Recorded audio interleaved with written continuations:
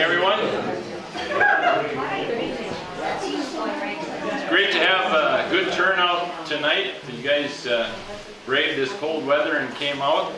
Although this winter, if you only came out on warm nights, you wouldn't get out of the house very often. So glad to have you all here. My name's Rich Staff, and I'm president of the W.J. McCabe chapter of the Isaac Walton League. And this is kind of a special program that we're having tonight on Polymed. I have a few introductory things that I'm going to do, and then we'll introduce our three panel members, and each of them is an expert in a different aspect of the Polymed issue and mining in general, and so they'll each have about 15 minutes, 15 to 20 minutes to talk, and then we'll open it up to questions. So hopefully you guys have got lots of good questions. This is your chance to get some good answers to some hard questions. And so one thing we like to do is hand out a sign-up sheet, and this is mainly if you would like to get some information. If you're interested in the Ikes and want to get some information, just put your name and a contact, either an email or an address on here, and we'll get some information to you. So I'll pass that around. Maybe I should pass a pencil or a pen around with it. Over here. Here it is. I had one somewhere. There you go. One thing I want to say, I don't know how many of you have been here in the Hartley Nature Center before, but we really appreciate the opportunity to use this facility. It's just a great facility for our meetings and for meetings like this, and of course we appreciate what the Nature Center is doing for environmental education in general, both for kids and for adults, and we also appreciate the City of Duluth, who manages the parkland around the Nature Center here, and to keep that in a natural state, we depend upon the city to manage it well. So we really appreciate this facility and thank them for that. There are some meetings that I want to mention that are coming up. The Minnesota Isaac Walton League is going to have a watershed summit, their 2014 watershed summit, and the title of that this year is New Management Strategies and Targets for Water Quality and Quantity, and that's going to be on Saturday, February 22nd, from 8:30 to 4 p.m. at Normandale Community College. And if you want to get some more information on that, you can go to minnesotaikes.com is the website, and then there's an agenda and so forth for that meeting if you're interested in that. We're going to have what we call our new member information meeting on February 25th here at Hartley Nature Center. It starts at 7, runs about an hour, and it's a way to introduce people to the Isaac Walton League, to encourage them to become members. So if you're a member and you know somebody that you'd like to invite to that meeting, I've actually got some letters up here. In fact, maybe I'll just pass this around that you can use to send to them and encourage them to come to that meeting. Or if you're not a member of the Ikes and you want to come, just come at 7 o'clock on the 25th, and we'll have 2 or 3 or 4 different Ikes kind of get up and talk about why they're an Ike and what the Isaac Walton League is all about, what they do, why it's important to us. And then we'll have a little video that gives you some background on the Isaac Walton League. And also then there's some time to ask questions and get to know some Ikes. So it's a good opportunity if you're interested in joining the Ikes to do that. And there is some membership brochures and some other information in the display in the back of the room too that you might want to look at. So I'll just pass this around. If you're interested in that, grab some of those and you can use those that way. Our next meeting, our next regular chapter meeting, will be here on March 5th, and that program is going to be about tree care.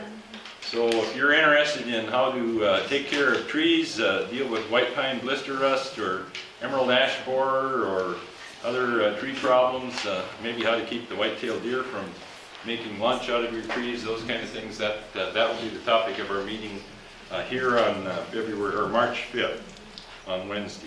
And then in the end of March, March 28th, we're going to have our annual banquet, and we're going to do that a little different this year. It's going to be held at the Buffalo House, and the social hour is going to be at 6 p.m. and then the dinner at 7, and you can either pick chicken or sirloin tip and lots of other stuff to go with it. What's going to be different? How many of you would like to be able to go on a shopping spree at Marine General with $1,000 in your pocket? Well, that's going to be the prize this year, the grand prize, and you'll get that with your ticket. It's $25 for the meal, and then also for that raffle ticket, and everybody's ticket will be thrown into the hat, and then at the banquet they'll draw one for that $1,000 prize. And then there'll be some other smaller prizes, and then also some raffle items there as well. So if you're interested in a good banquet, there's a number of, let's see, anybody who's a board member, raise your hand. All those people have tickets. So if you're interested in buying a ticket, you can get your ticket early right here. So this is a good chance to get your ticket.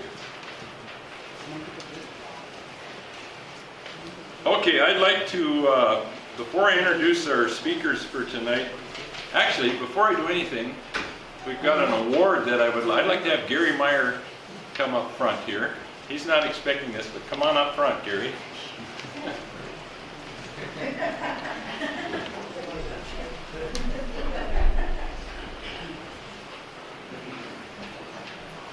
We gave out awards. Normally we do this in December, and our December meeting got snowed under. And so we did it in January, and we had 3 different Ikes members that got awards. And this is our W.J. McCabe Chapter Isaac Walton League Leadership Reward. And Gary was not able to make the meeting that night, and he didn't receive his plaque, so we'll do it tonight.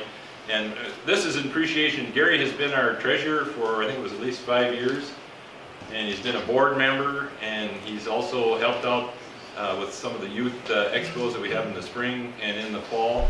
And he's been a very active member, and he's especially interested in cold water and trout.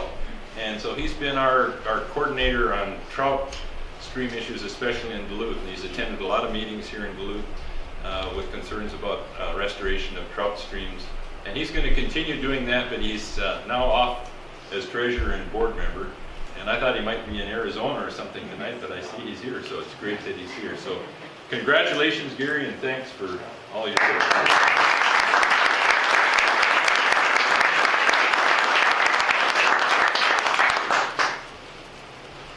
Then we have with us tonight Ben. Where'd Ben Cushing go? There he is.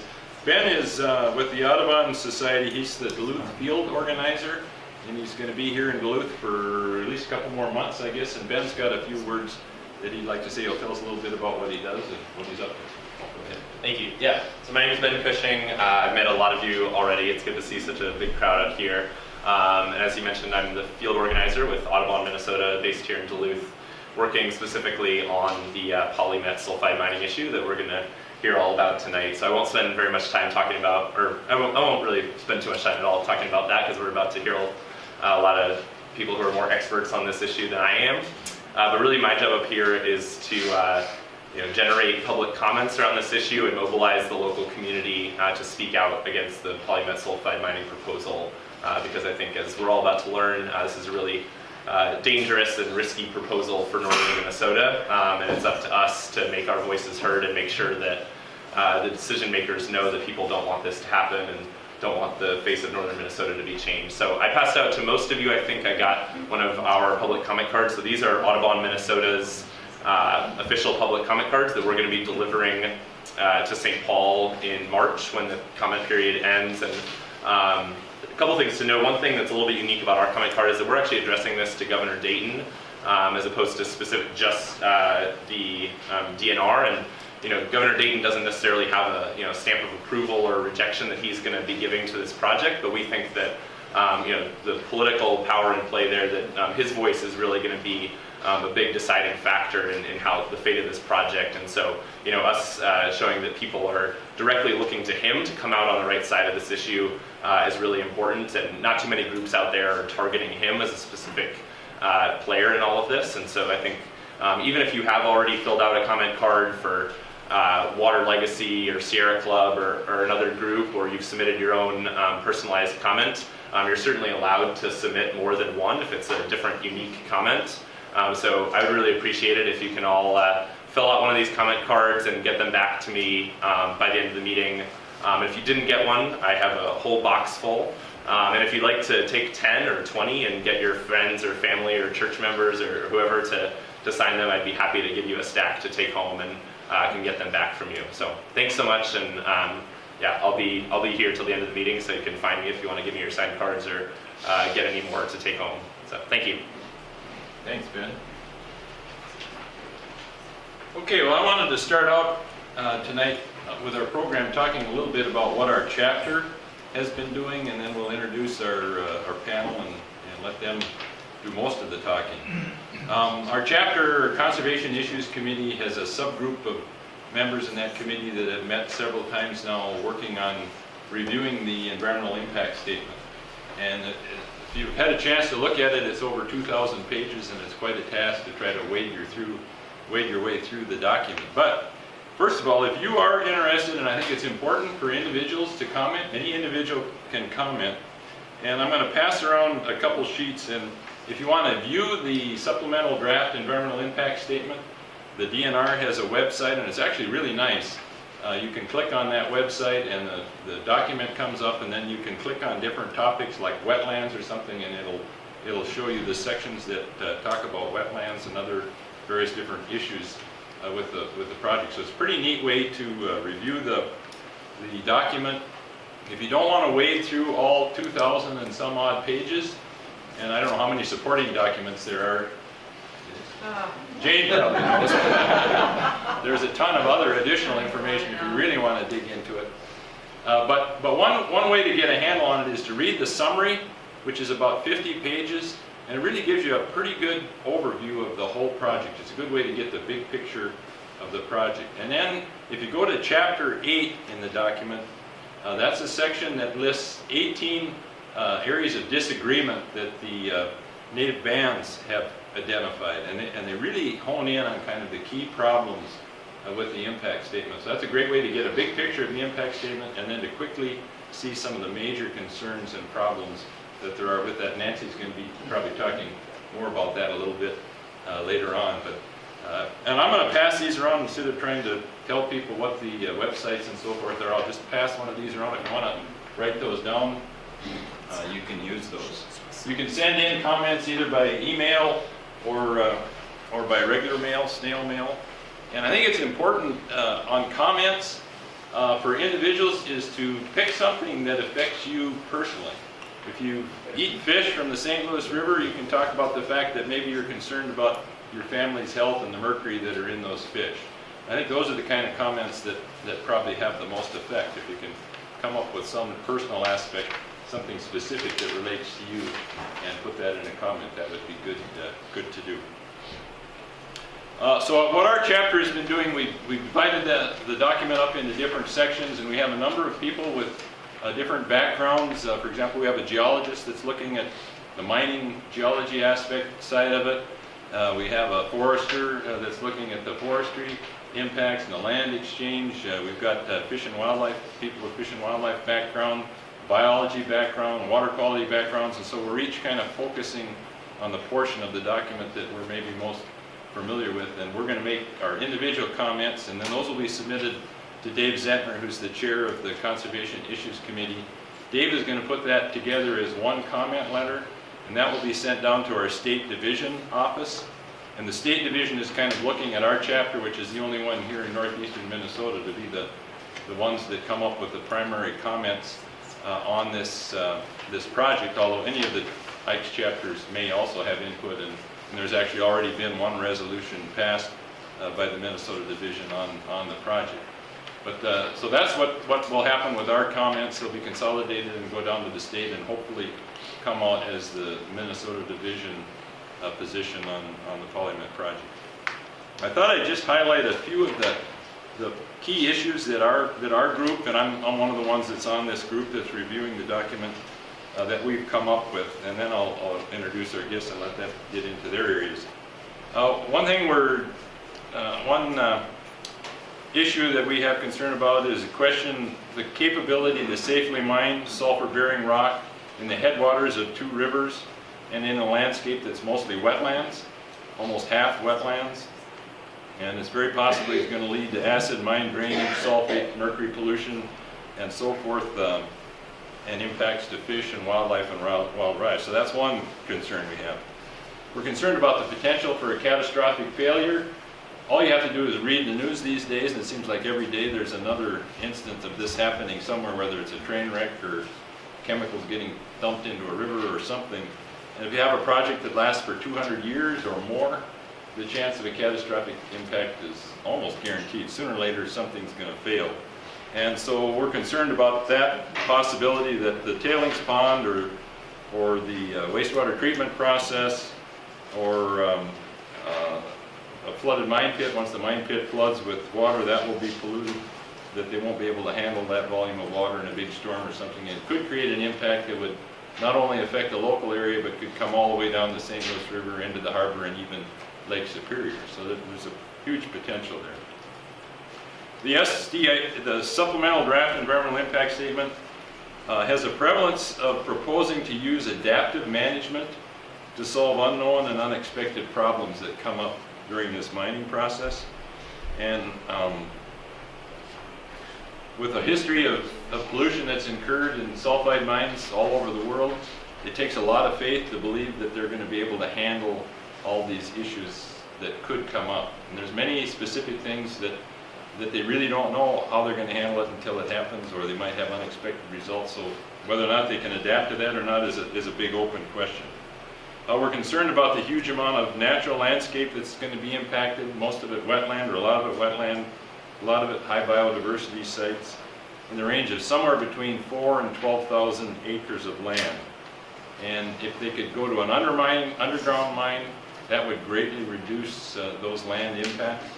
And so that's another issue that we're bringing up. The proposed wetland mitigation is not going to replace wetland functions and values lost in the two watersheds of the local rivers that are going to be impacted. Most of it's actually going to be outside of the St. Louis River watershed, and that's another concern. And the amount of acres of wetland that's going to be impacted is still unknown. For sure there'll be 900 and some acres destroyed for the mine, but there may be secondary impacts to up to several thousand acres beyond that, and we don't know yet what will happen there. A couple more here. The U.S. Forest Service lands are protected by the Weeks Act, which is supposed to prevent strip mining on federal lands. And the proposed land exchange to us appears to be illegal, since it will now allow mining on these lands that are supposed to be protected by the Weeks Act. And it will also result in the new land that the Forest Service is going to acquire in place of those lands, or be traded for those lands, will not have Weeks Act protection, and they also will not own the mineral rights on those lands. So they would be vulnerable to future mining if some minerals are found there. So that's a concern. And then last but not least, there's a history of our state agencies giving waivers to mining companies once they've been given their permits. And in other words, they're bending the rules in their favor, and we're concerned that that practice could continue with this mining, because it's been a typical pattern in the past. So those are some of the key concerns that we're trying to focus in on. So without any further ado, I've talked more than I should already. Let me introduce our panel, and then we'll let them talk to us. First of all, we have Jarrett Johnston, and he's a coordinator of Sustainable Ely, which is a project of the Northeastern Minnesotans for Wilderness that's focused on protecting the boundary waters and local communities from sulfide ore mining. And Jarrett lives and works in Ely, and he has a focus on economic and social impact of mining on small towns. And he's going to talk about a new economic report that challenges the economic analysis in the Polymet Supplemental Draft Environmental Impact Statement, and his comments will assist those who wish to challenge the adequacy of the Polymet EIS on that basis. And this is an important issue because the main justification being given for Polymet is jobs and economic benefit. And then Jane Ryer holds a jurisprudence degree with an emphasis in environmental law from the University of Oregon. And she worked as an environmental attorney for 15 years, first for the Bad River Band of Lake Superior, Chippewa, and then for the National Wildlife Federation, where her emphasis was on Lake Superior, mercury, and other water quality issues. And her work has included an in-depth review and legal challenges to the White Pine Mine project in the mid-90s and the Eagle Mine in the mid-2000s, both in the UP. And she's currently a contractor for several northeastern Minnesota environmental organizations. We're working on mining issues, and she lives here in Duluth. And Jane's going to be talking on the environmental review process and her experience with our regulatory system and the capacity and will of agencies to enforce those regulations. And then Nancy Schultz is a longtime employee in natural resources for the Fond du Lac Band of the Lake Superior Chippewa, and she's currently the water quality coordinator for the environmental program of the band. And besides running their own water permit program and doing research on various aspects of water quality for fish and wild rice and human consumption, she and her staff have spent a huge amount of time reviewing and commenting on the many documents surrounding the PolyMet project. And they had much to do with getting a whole chapter of the supplemental draft environmental impact statement devoted to the concerns raised by the various native bands. And Nancy's going to speak on the band's concerns, especially with respect to mercury, fish, and wild rice.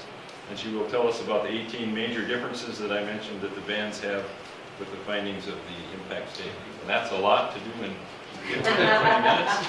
So we'll turn it loose. Go ahead, Jane. Or Jared, I'm sorry. Thank you very much. I'm really looking forward to talking. And I would say probably for all three of us, we get 15 or 20 minutes and we could each spend, an hour and a half talking about our topics because they matter a lot to us.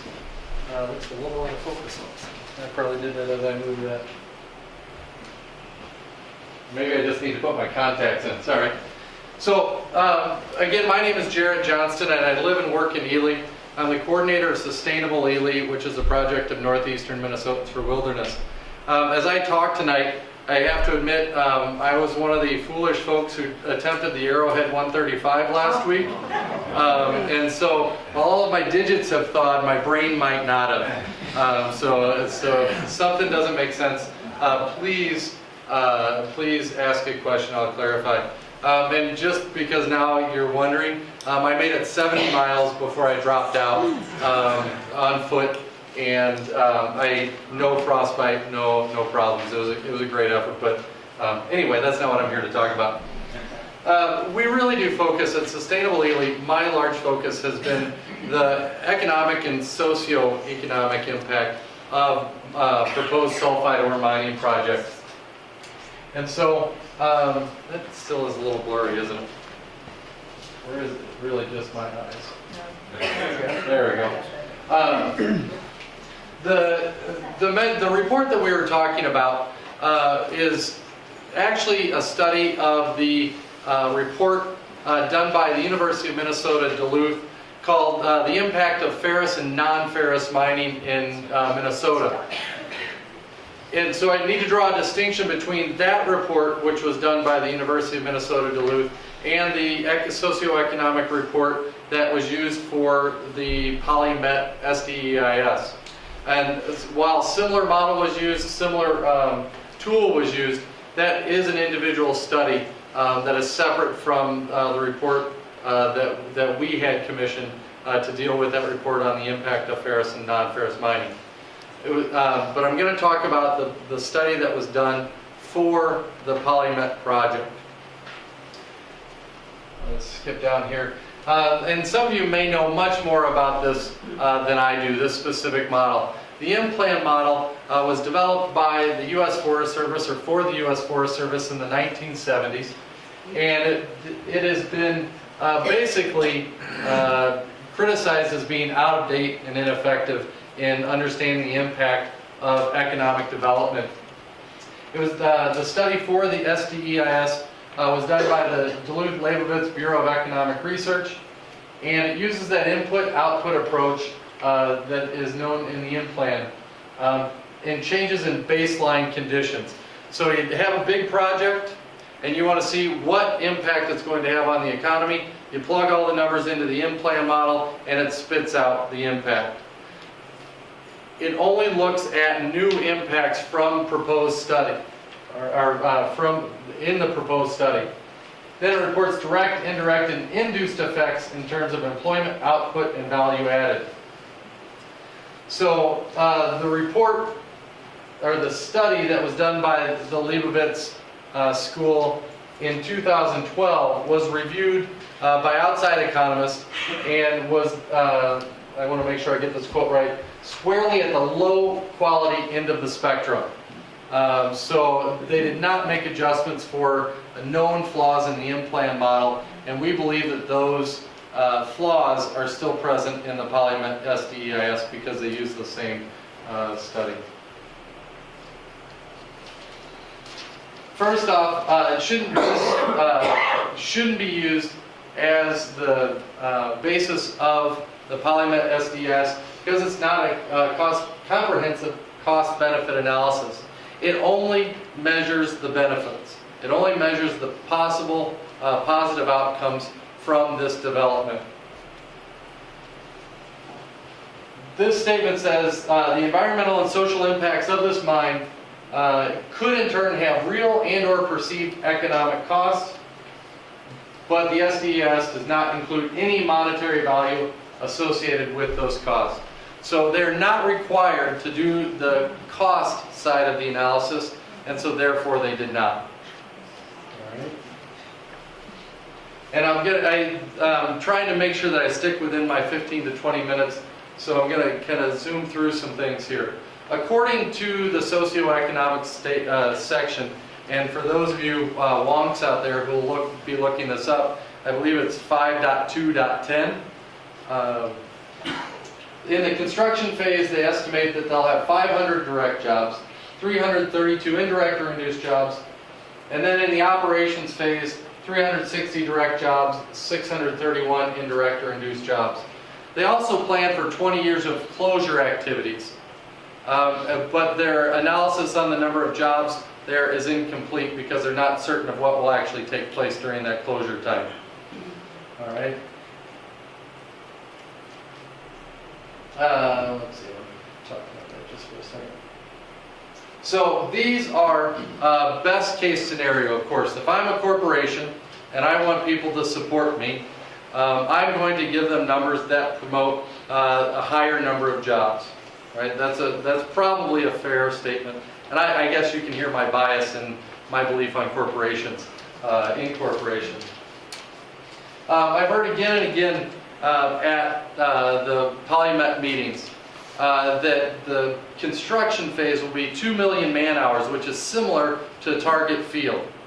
Well, that's great, except Target Field then doesn't result in 500 years of cleanup for 20 years of jobs.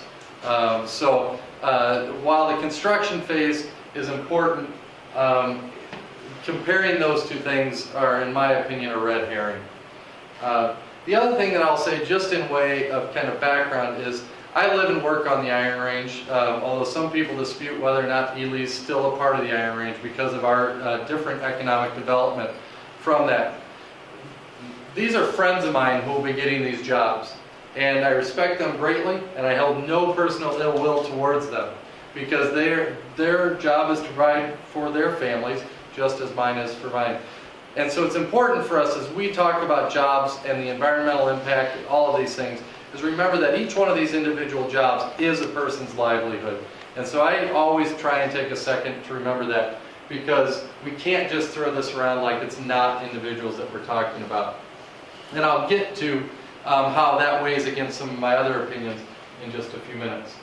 Now, the Edison investment analysis, and Jane might even mention something about this, but one of the things that PolyMet says is that they will increase the plant use and the plant production, maybe even building another new plant for additional processing. Edison investment analysis, whose job it is to analyze stock possibilities for investors, believes that that processing plant will never be brought online because there won't be enough ore to process, and the level of output will never meet that. So that's 60 jobs right there that's right off the top. So now they're down to 300 operational jobs. It doesn't distinguish between seasonal or part-time jobs in either construction or the operations phase. So if it's 300 jobs during the operations phase and 100 of them are part-time, or 150 of them are part-time, or 200 of them are part-time or seasonal, we don't know that. And there's no FTE equivalent or full-time equivalent anywhere in this model that shows us how many full-time benefit-paying jobs there will be. And this is something that I don't understand. I grew up in a union family. I don't personally belong to a union at this point, but again and again, I've learned the history of the iron range and the importance of trade unions and how they protect the workers, gain safety for them, and ensure high-paying jobs. The only project agreements that have been mentioned are with the trade unions for the construction phase of this project. There is no agreement, and most of us don't believe that there will be any trade union agreement with the operations phase. Everything that I've heard is the workers will have the opportunity to vote. And if you know just a little bit about union history, when workers have the opportunity to vote, unions don't happen. Because my good friend Bob Tammon back here, as soon as he starts talking about organizing the union, for some reason he's no longer working there a month after that. So companies, and I just went through the Sudan underground mine, and some of you may know this story, but this is a great story. They purposely put people who spoke different languages on teams together to work so they couldn't speak the same language, so they couldn't organize. This is not new in terms of trade unions. Companies, and in particular when you talk about Glencore, which is responsible for Polymet, or Antofagasta, which is in the Twin Metals project, they have a history of breaking unions and not respecting workers' rights. So this is something that really concerns me personally. And then this is a statement, and I'll read it for the folks because it's a little low. Continued technologically driven productivity increases could lead to the lower employment than assumed by in-plan or other projections. So if technology improves and we can employ less people, we will. All right? It makes sense. Employees are among the most costly part of operating any mining or other operation. So a couple of examples of this. Decrease from 36,400 people in 1972 to just 10,400 people in 2007. In 1960, 200 miners were employed per million tons of ore produced. 2005, only 80. Technology marches on. And while it may not be specifically technological related, when LTV closed, where the Polymet site will be, 1,100 to 1,200 workers lost their jobs. That's compared to, at the most, 360 workers in operations. So going to a brand new type of mining with worse environmental possibilities, we're going to take a decrease by over 800 jobs and call it economic development? I have a real problem with that belief. And I've already kind of said that. So now, this is one of the eye-opening things for me, and how many of you have actually spent time reading part of the SDIS? Go ahead, nerds, raise your hands, all right? Very good. If you would have told me 2 years ago that I would have spent any time reading this document, I would have said you needed to get a life. Now I'm the one who needs to get a life. So these are some quotes that I pulled directly from the document that I think tell a pretty interesting story when it comes to the socioeconomics. So, the planned development of this mine in the operations phase, construction and operations phase, would increase study area employment by approximately 1%. Is that a lot or a little? Okay? For the individuals who get those jobs, that matters. But that's taking an unemployment, I believe, on the iron range that right now is somewhere in the 8% was the last number that I saw, and taking it down to 7%, which is still a couple percentage points higher than the metro area or the Duluth area.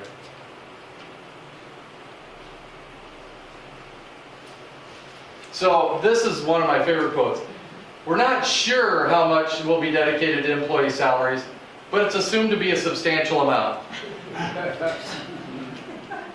So the company provided no information on these high-paying jobs that they promised. Okay? They continue to talk about these high-paying jobs. I know of people, and again this is anecdotal, this part, I know of people who are working for mining companies right now who are still holding down second jobs so that they can make ends meet. These are not pie-in-the-sky jobs. we also know that many of the experts, many of the people who will be required to run operations will come from other places. These are not the grandfather's mining jobs where you leave high school and walk into the mine to get a job. Okay, so now up here they're talking about this will increase the employment by approximately 1%. When mining operations cease, collectively account for less than 1% of the overall study area in workforce. Any increase in study area unemployment would be minimal.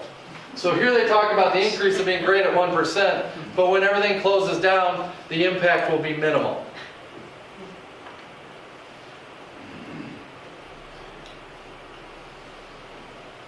So it's a long quote, but I had to put the context there for you. I'll give you a second to read it and then I'll talk about it. So while they're making the case that we need this because of economic development, and mining is the only way, and sulfide mining is the only way that we're going to get this economic development, they're dismissing the idea that we already have an economy in place based on tourism, based on livability, based on people coming to this area to retire. They're dismissing all that as a possible means of a sustainable economy into the future. But then, in their own document, they say that the increasing popularity of the study area for retirement could obscure any such decline. So if we don't need it when the project closes, and our livability and the greatness of this area, our natural resources and its natural draw are good enough to obscure any decline, why do we need this in the first place? Because if we focus on sustainable economic development, sustainable and livability areas, sustainability and livability for people reaching retirement age or early retirement, and people who want to live here like myself, who with technology and quality of life can move to other places, if we can do that after they leave, let's do it before they get here. This is a quote. Most of you are familiar with this concept called the resource curse. I like this one too. So the resource curse is this idea that economies that are based on resource extraction are generally less viable, and they don't provide for as high a quality of life as economies based on other factors or other industries. Okay? And so areas that focus on mining have a relatively higher level of unemployment, a relatively lower quality of life, and so that I had a number of slides about all that. But I jumped to this this quote from David Tomasoni, who's spoken. He may have spoken at every single PolyMet hearing, but I heard him a couple of times just banging the drums for PolyMet. And it's always been a mystery to me why we're lagging in employment when our mining industry is doing so well. Right around the Virginia area, 3 operating mines operating nearly at full capacity with possible expansion, and they're still lagging 2 to 3 percentage points behind the other parts of the state in unemployment. Technology is advancing, and those miners who've worked there are losing out. We need to retrain, we need to diversify our economy. Going back and hoping that these large companies, whatever industry it is, but in particular these mining companies will save us, is misguided.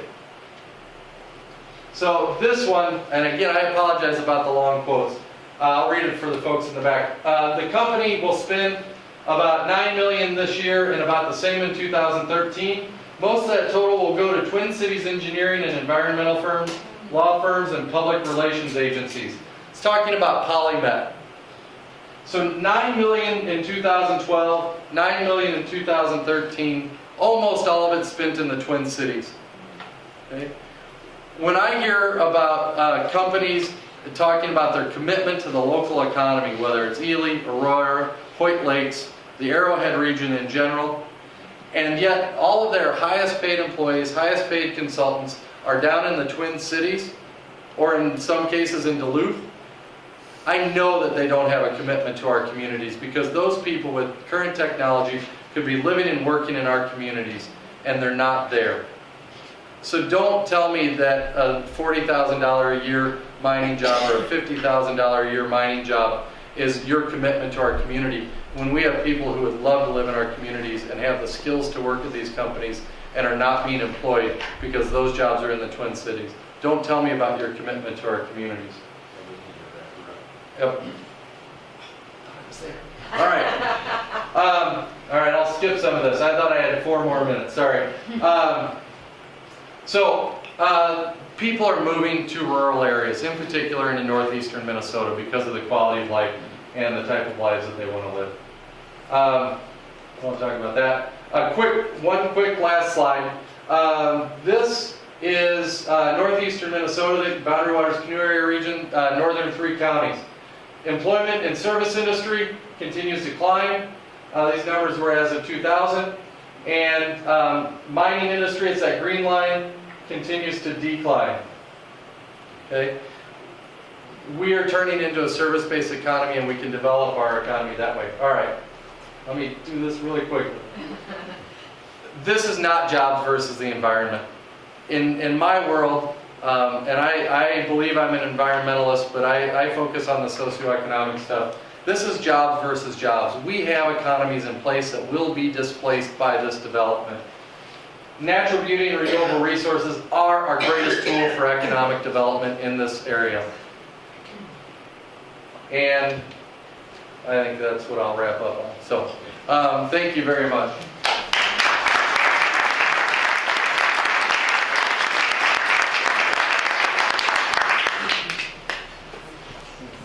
I'm the only one using the PowerPoint, Yeah, right? you can Yeah, turn you the turn the lights lights back on back. so I can see my notes.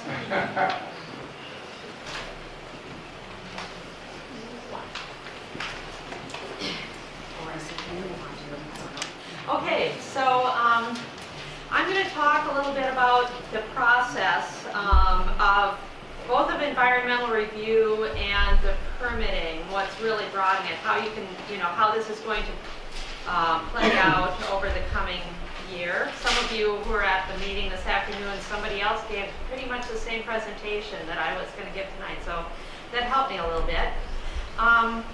So this is being driven by essentially three agency governmental actions, which are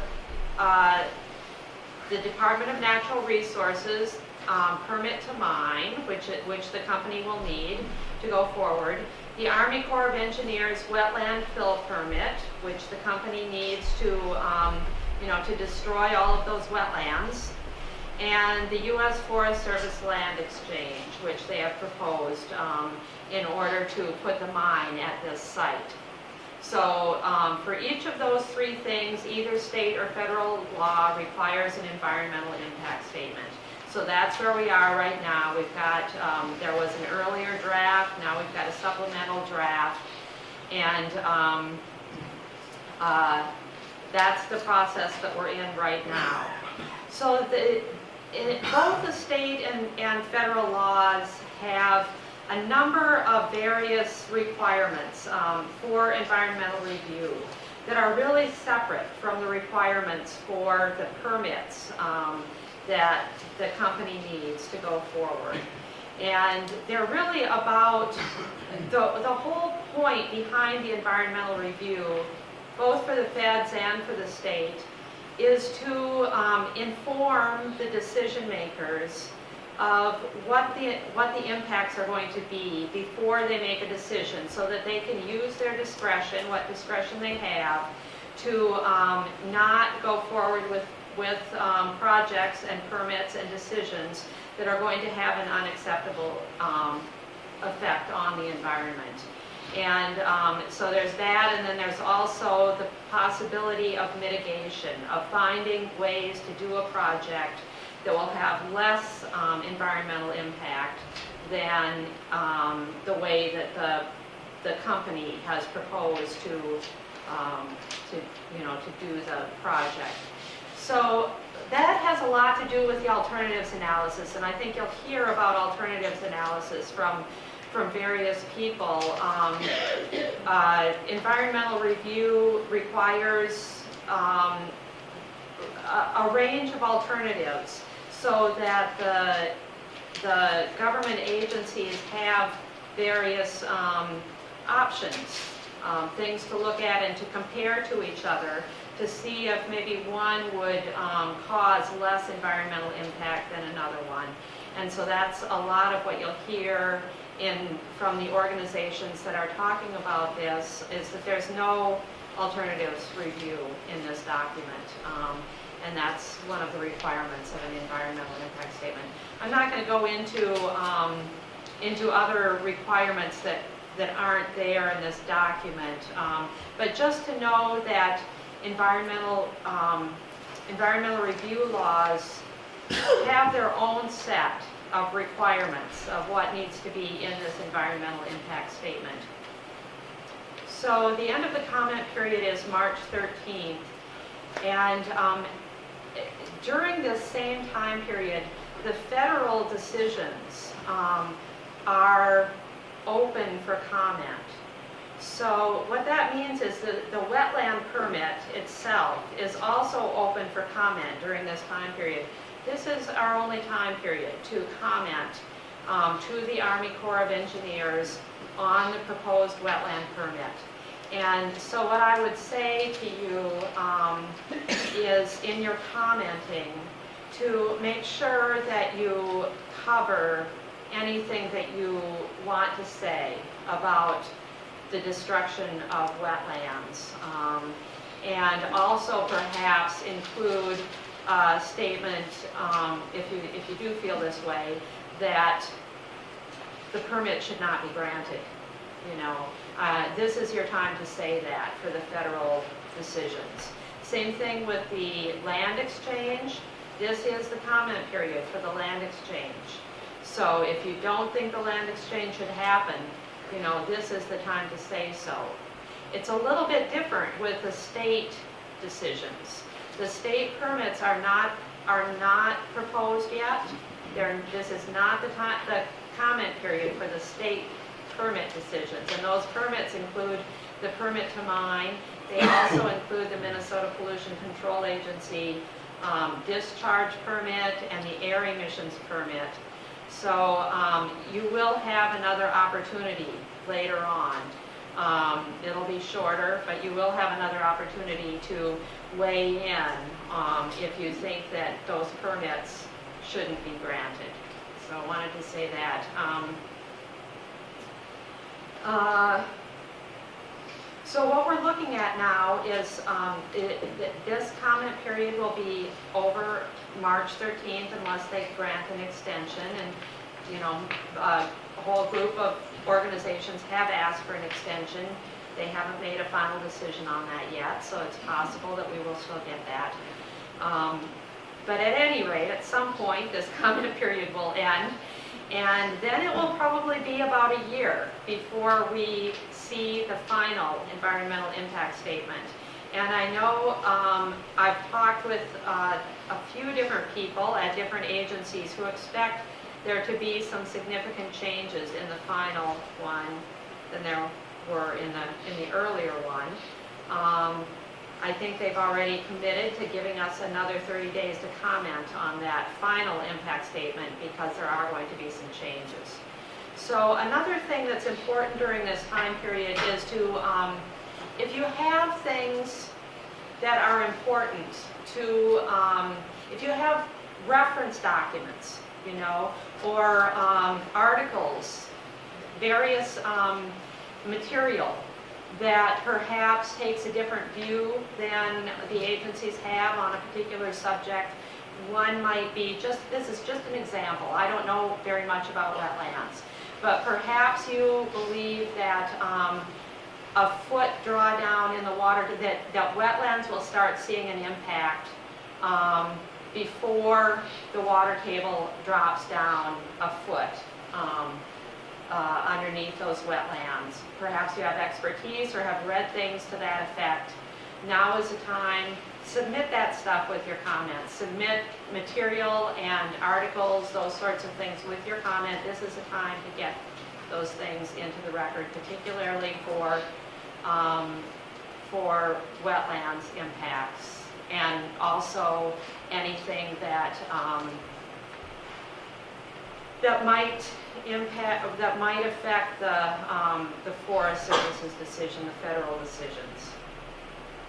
So at the time that the final impact statement comes out, that's when the state will be putting their permits on public notice. And those are, they're the more technical, it's going to be a more technical review at that point. That's really when the lawyers really, start getting more important, I guess. But I think it's really important at that point that people be ready to comment again. And those permits will probably just have a 30-day comment period, I imagine. So people, people often wonder how the U.S. Environmental Protection Agency comes into this, because they're often mentioned as being very important. They don't have a direct role in this. They don't have a decision that they're making or a permit that they're granting, but they do have some oversight authority. So they have oversight authority over federal environmental impact statements. So for any environmental impact statement done for any federal agency, which includes this one, they can review it and weigh in on it. And so that's important to us. It might not end up stopping it, but it might really help us, for instance, later on if we go to court, to have an EPA decision or opinion that really criticizes the project. They also have oversight over the Army Corps of Engineers wetland fill permits, and they actually have the authority to stop that permit. They call it, they elevate it, it goes before a White House agency called the CEQ, Council for Environmental Quality, and that's an important oversight role that the EPA has. And then they also have oversight over the state issuance of Clean Water Act and Clean Air Act permits. So they can review what the Minnesota Pollution Control Agency does with those permits later on. So that's kind of the overview of the process. And I think that what I was really asked to talk about here was, whether this process works the way, it's designed to work. And I think that was the first question that I was asked, and I thought, well, I can answer that, The answer is no. And it's almost like, wow, it so much doesn't work that it's very hard to say really anything more about that. So I want to talk about this EIS a little bit. I'm really, I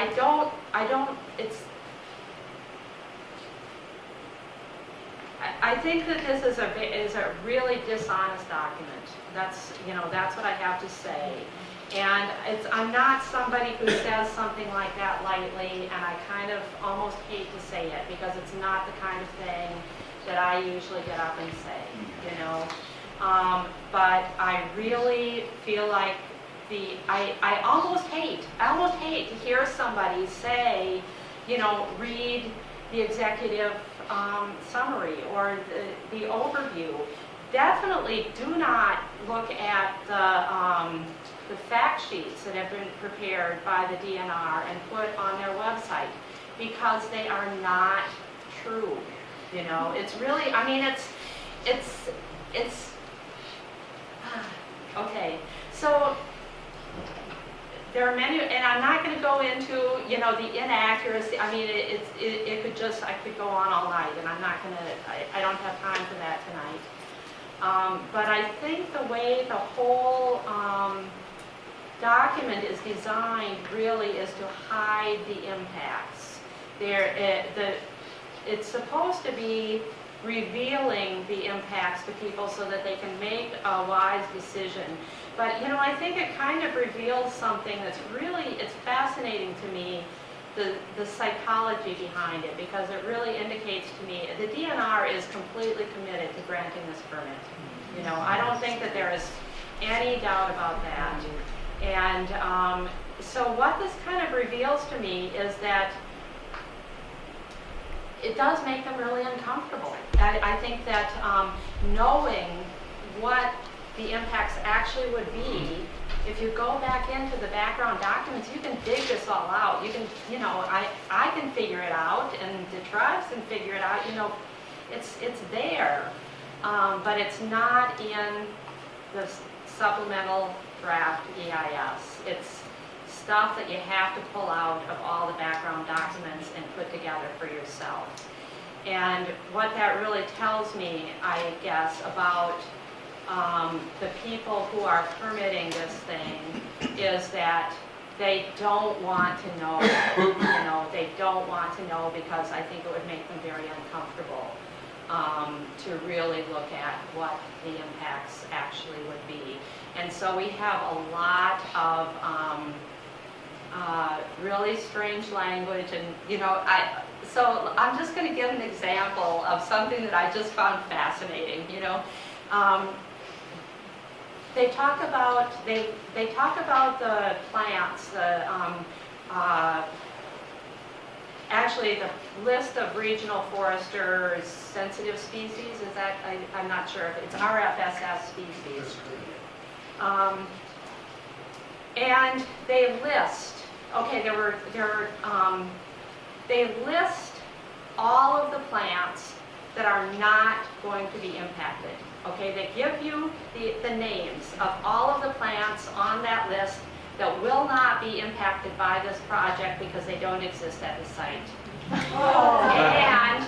And for the plants for which there is habitat at the site that may be impacted, they direct you to another document. It's not in the SDEIS. So that is one example. It's so blatant that it's kind of my favorite example. You know, there are many, many other. Another one is with the mercury, the deposition of mercury on the site from the air. They talk about 5 different lakes that are spread out a little bit away from the mine site and the plant site, and the deposition of mercury and how much mercury will enter those lakes from this project. And of course, they conclude that it's such a tiny amount that it's not important. They never do that analysis for the Partridge River or the Embarrass River, which is where the majority of the air deposition from this project will go. So they've got all this material, they've got so much, but the impacts that they look at, or the things that they look at to measure impacts, are the things that will not be impacted. Whereas the things that will be impacted, they really don't say very much about them. So that's kind of, so it seems like this whole exercise is really, it's certainly not working the way it was designed to work. And I think that I'm not quite sure how this is all going to play out. I think that a lot of this is really it's a political question, even though supposedly everybody talks about how we're going to follow the law, and if the law says that we can do it, we will, you know. They're finding every way that they can to hide any impacts that might have legal implications. They're definitely looking for ways to go ahead with this, and I think that it becomes really important politically. I like the idea of working on the governor, you know, because I think that in the end, it probably really does come down to having the political will to say no to, I don't know, to the Iron Range delegation or whoever it is. It has this political power to push something through that really looks to me like it'll have a lot of serious environmental impacts. So I think that's my time, right? Or do I have more? That's probably a good time. All right. Thank you.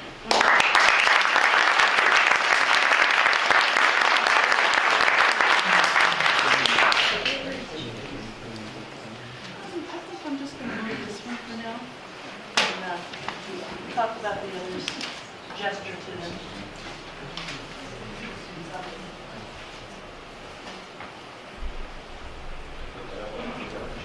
Oh, Yeah, why don't you? You can if you want, but I just have it there as a prop. Profit a little higher. It's nice to see a good turnout tonight. This is the third time that Ikes have invited me to come talk about mining impacts, sulfide mining, general mining impacts in this region.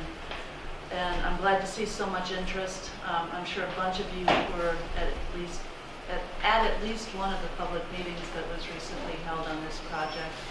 I was struck by the number of people who stood up during the opportunities for oral testimony that proclaimed their own personal inability to understand the technical and science review part of the document, but they wholeheartedly trusted the DNR and the Army Corps and the Forest Service to get it right.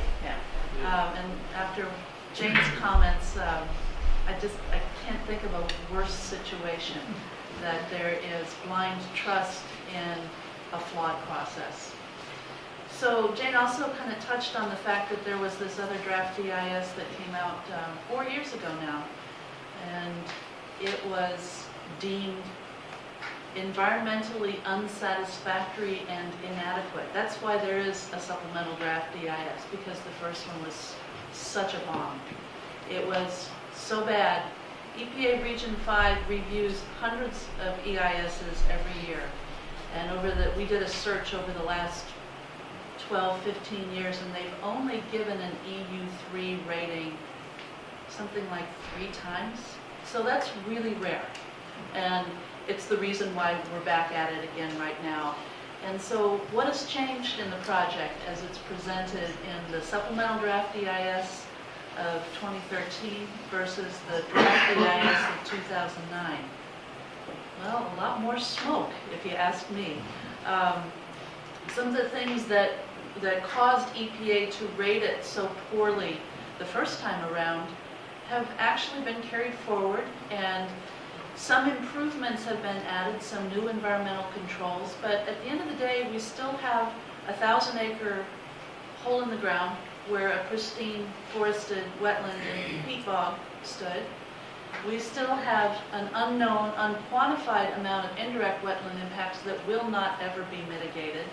The mitigation for the direct wetland impacts are for the most part out of kind, out of the watershed, from the tribe's perspective, outside of the ceded territories, from Fond du Lac's perspective, outside of the St. Louis River watershed that we're so concerned about. So one of my favorite new figures that the tribes have pulled together that showed up in the public meetings, that shows up in Appendix C of the SDEIS, which I'll talk about in a few moments, is our attempt to put a whole lot of information into one map describing what we believe the cumulative hydrologic impacts alone on the St. Louis River watershed have been over time, given past and present existing mining activity. And it's that context that we look at this proposed project, not as something brand new out of the gate. It is yet another huge, big footprint, heavy industrial enterprise superimposed upon a landscape that has been ripped apart for the last 100 years. And I'm using some strong language, but I'm getting more and more frustrated with the inability of the public in general, or I'm going to walk that back a little bit. It's not the public's fault. Media is complicit in this. Media is not giving you a clear picture of what is at stake. And the only time that I can recall in recent years and months that the media has shown any interest in some of the red flags that environmental groups and the tribes have been trying to convey for these many years was when that memo from a DNR hydrologist came out recently that called into question some of the precepts of the water quality and hydrologic modeling that had taken place. And then all of a sudden everybody wanted to come talk to us. What does this mean? Do they have to do it all over again? And so I got this perception that it wasn't about getting down to the truth of the matter. It was about finding tonight's headline. And it's been very frustrating to deal in an atmosphere like that. So tonight I'm just going to touch upon some of the remaining persistent problems that we see with the project as it is presented in the supplemental draft DIS, and let you know where you can go for more information. And I think the basic purpose of tonight's meeting is to have a lot of question and answer, and that's what I'm kind of looking forward to. You heard a reference to the Chapter 8 major differences of opinion. We have a new acronym, MDOs, and that one emerged over the summer when the co-lead agencies, the DNR, the Army Corps, the Forest Service, were meeting with the tribes to discuss the comments that we gave them on an earlier draft. I cannot tell you how many drafts of this environmental impact statement I have read since 2006. It's mind-boggling, and it gets a little fuzzy after a while.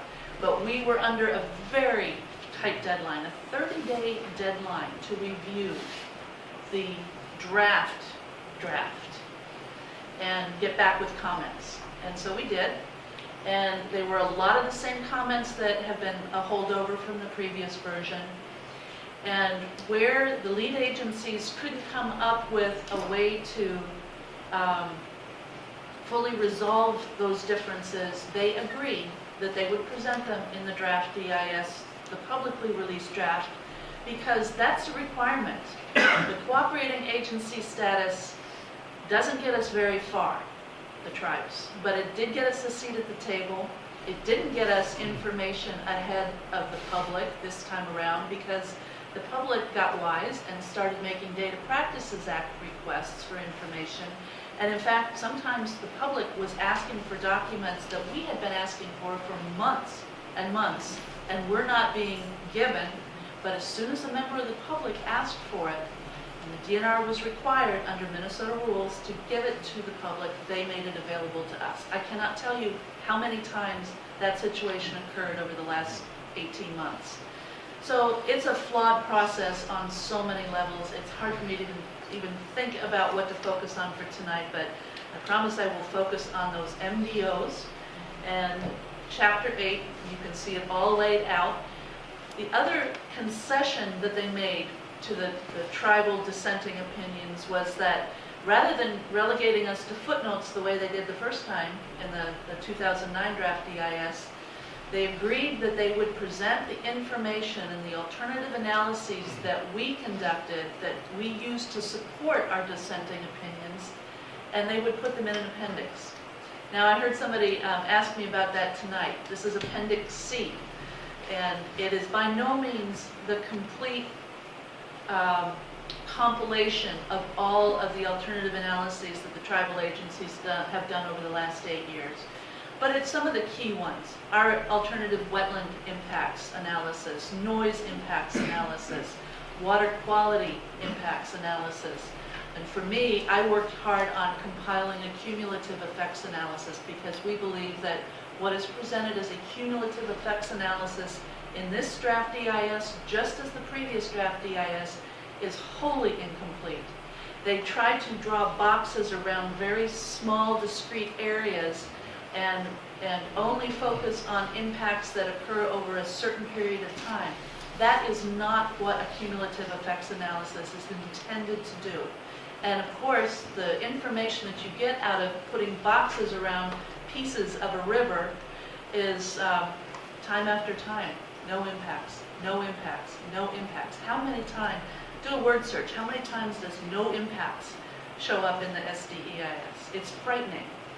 How can anybody who knows what an open pit mine does to the landscape believe for a second that there are no impacts across any of those resource categories? It just defies any kind of credibility. And I assumed that this was going to be a crowd tonight that I could speak this frankly to, because I've tried to be extremely measured and careful about my comments when I speak publicly, but you reach a breaking point after a while, and I might be there.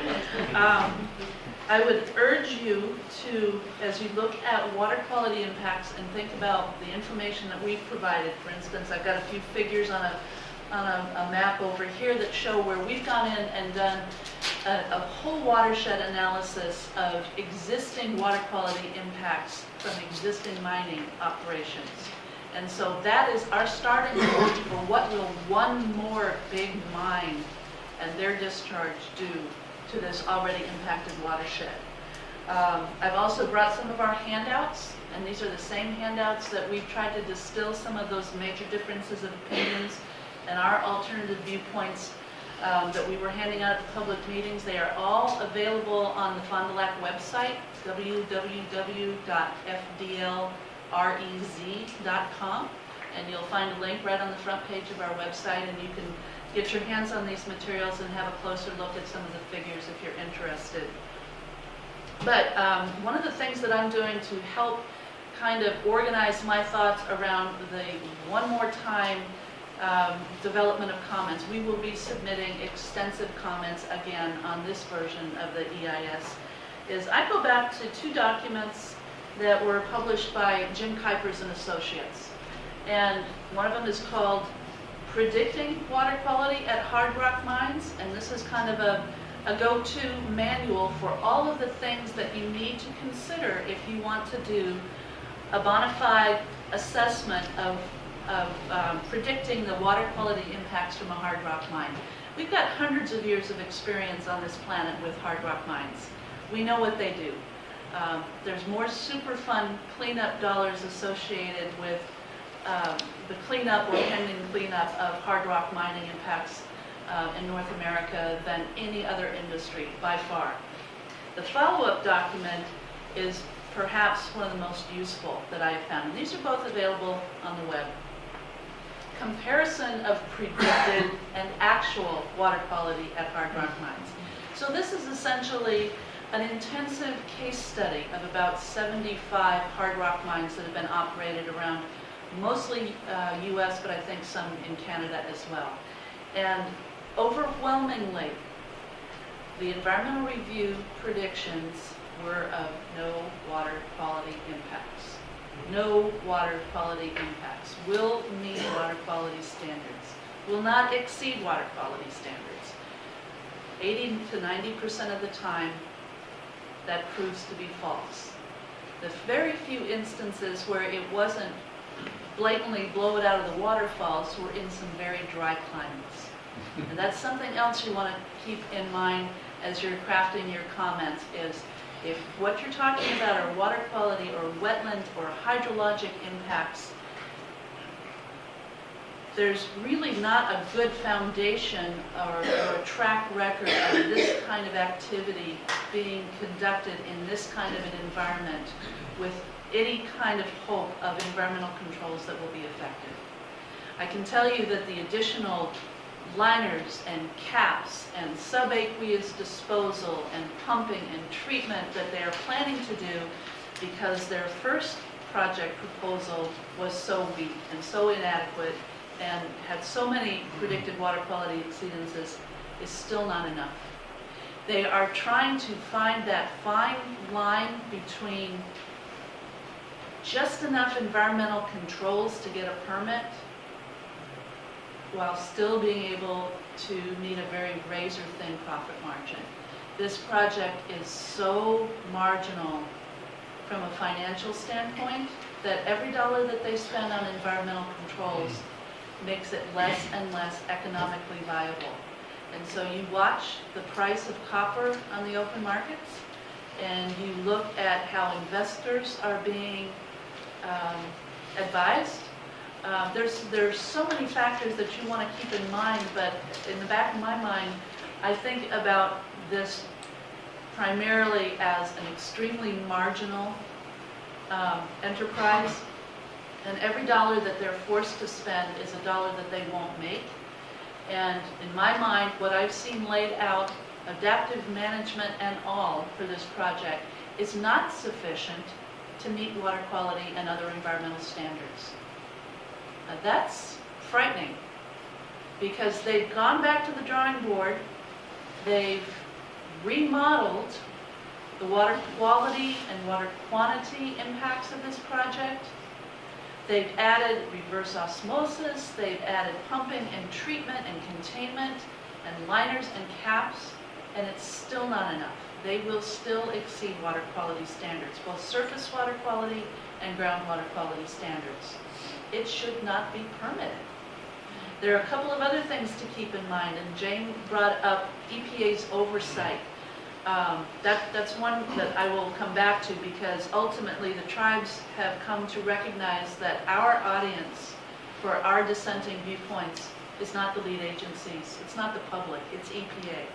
Because they have oversight over the NEPA process, they have oversight over that 404 permit, and they also have the ability to review the MPCA permits down the road. And so we're crafting our questions, our comments, our concerns to make the EPA fully aware of what they are and the basis for them. And I would encourage you, if you go so far as to develop your own comments on this SDEIS, that you copy the EPA, Region 5.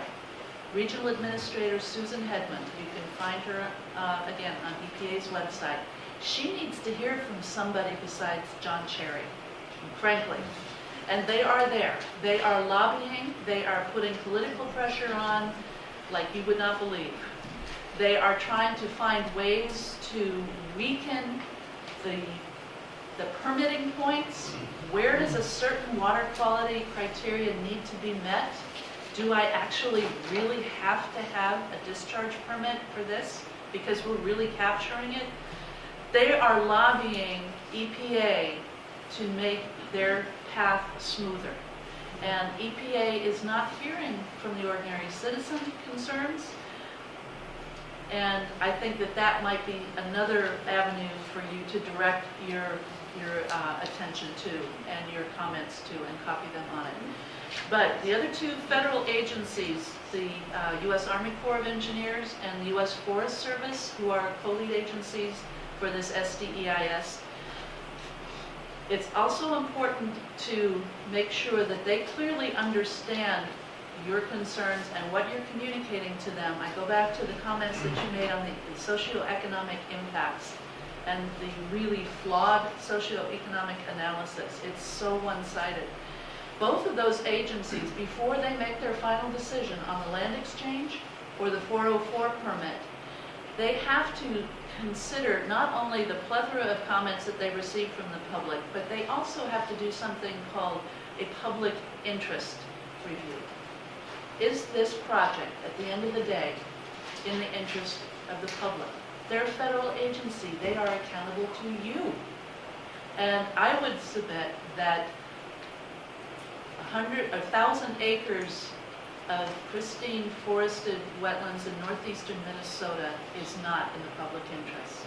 I would submit that a net loss of resources and accesses to resources, and this holds not just for the tribes in the 1854 ceded territories, but for the general public. The land exchange is not in the public interest. There will be a net loss of quality, habitat, and biodiversity, and a net loss of access to some of those same resources. So I could go on and on, but I would rather just kind of stop right now, let you know that I brought materials with me. I don't know how interested anybody is in hearing some of the tribally specific concerns. We have a whole parallel pathway under Section 106 of the National Historic Preservation Act that requires consultation with tribes whenever there could be an impact to tribal treaty resources or trust resources. So both of these federal actions certainly fit that bill.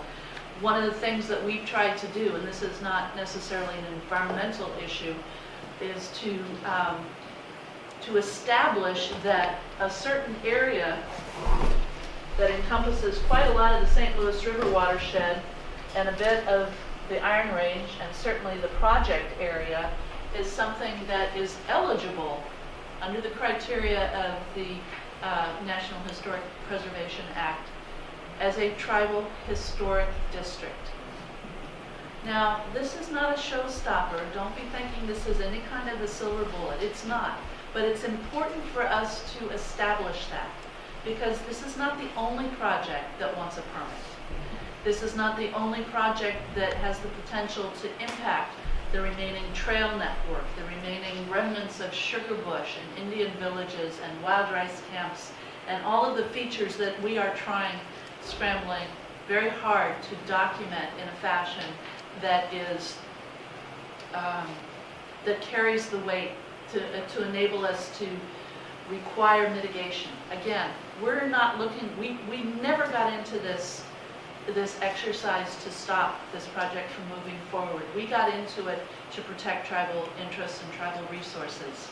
And we see no evidence that the impacts that we will feel most profoundly are adequately mitigated, avoided, minimized.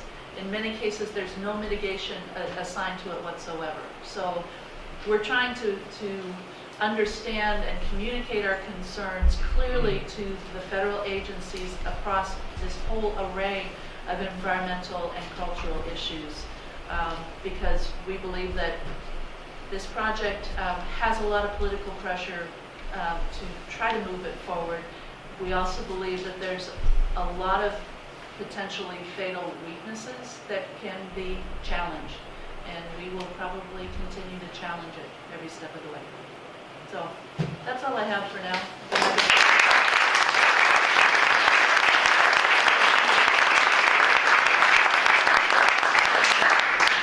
I know you in the back can't see this very well, so I'm not sure where we can put it where more people can see it, but maybe I'll set it in the back, and if you want to take a close look at it, that'd be okay? Sure. Yeah, there's a lot of good information on here. And then Maybe while I'll do that, I'll have you guys grab a chair there front and center.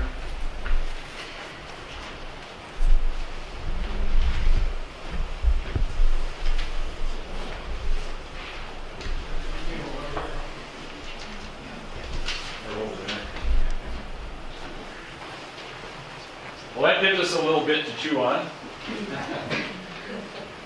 So how about some questions? We'll start. Nancy just mentioned cumulative effects. Are we going to be able to force the industry to analyze the possibility of a lot more developments? Because we've been assured that this is a 10 billion ton ore body, even if Polymus only going to go after a few million tons. So as far as cumulative effects, can we force them to evaluate the development of or the possible development of the whole ore body? Probably not. To do a cumulative effects analysis according to NEPA guidance, you have to consider the effects of past, present, and reasonably foreseeable actions on whatever resource classes you're looking at or interested in. The definition of reasonably foreseeable is probably subject to interpretation by the state and federal agencies. And at least for this project, they chose to restrict that to those that are actually in either active environmental review or for some sort of a permit renewal. And so that means that something like Twin Metals is not going to fit that bill because they're still in advanced exploration. They're not yet in scoping for an EIS. It means that they didn't look at the 1,300 acre tailings basin 3 for United Taconite because they've already got a valid permit and they are not having to do environmental impact assessment on it. So there's any number of big projects that you and I would consider reasonably foreseeable, but the agency's definition won't hold.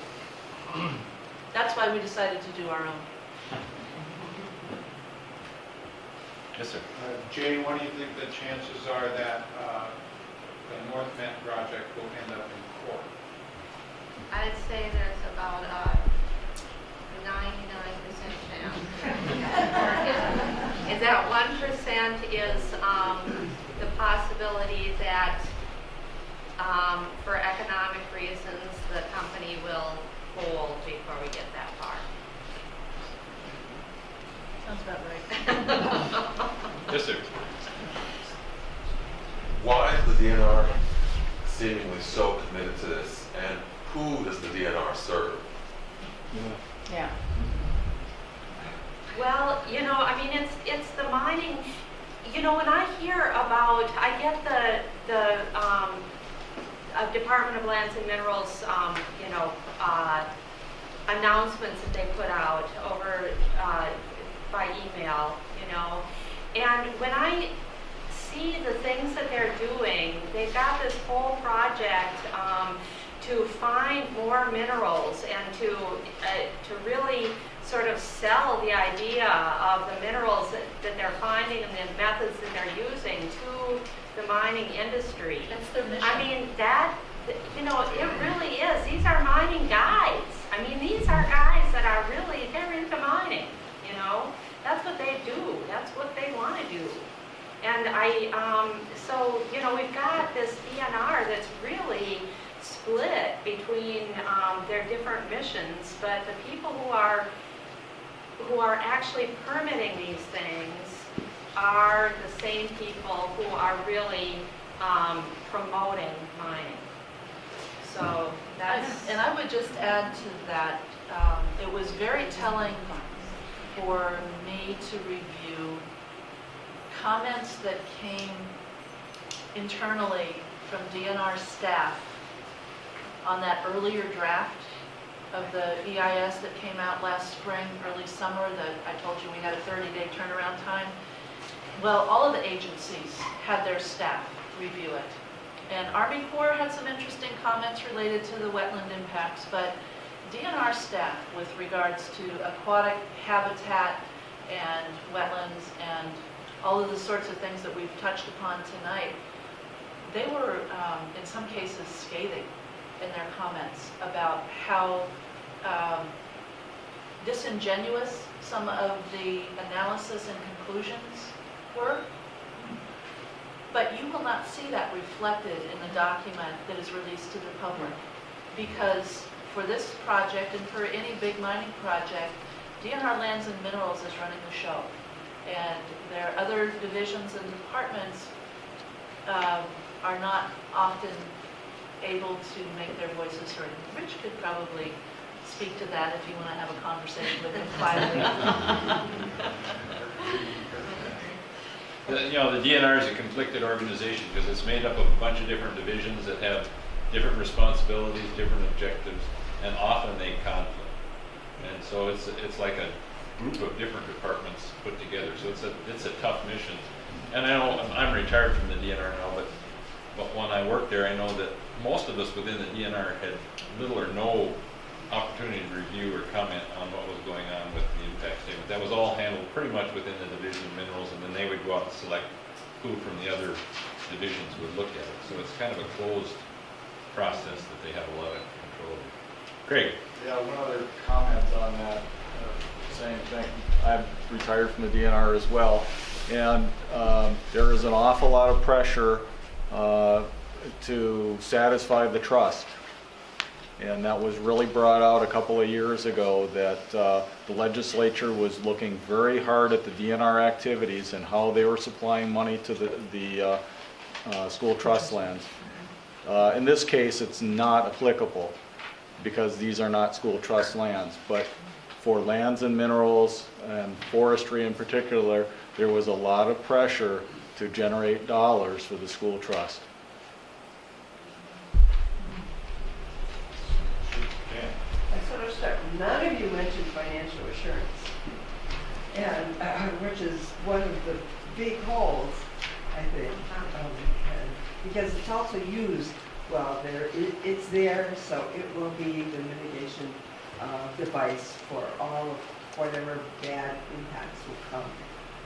But I was shocked to see in the newspaper, I don't know, sometime this last fall, maybe, that DNR finally hired somebody to look at the impacts, the technical kinds of things that financial assurance would need to be really viable. And so how much do you understand, and who is really looking at that key piece in, well, it would be in the permit for mine, I presume. And Yeah, you have, I've got some comments. Go for it. I think, I would guess one of the reasons that we didn't talk about it is we're all a little bit. Time limited? Yeah, well, time limited, and I think we're all skeptical of that just as much as we are of anything else. So, but I'll let you.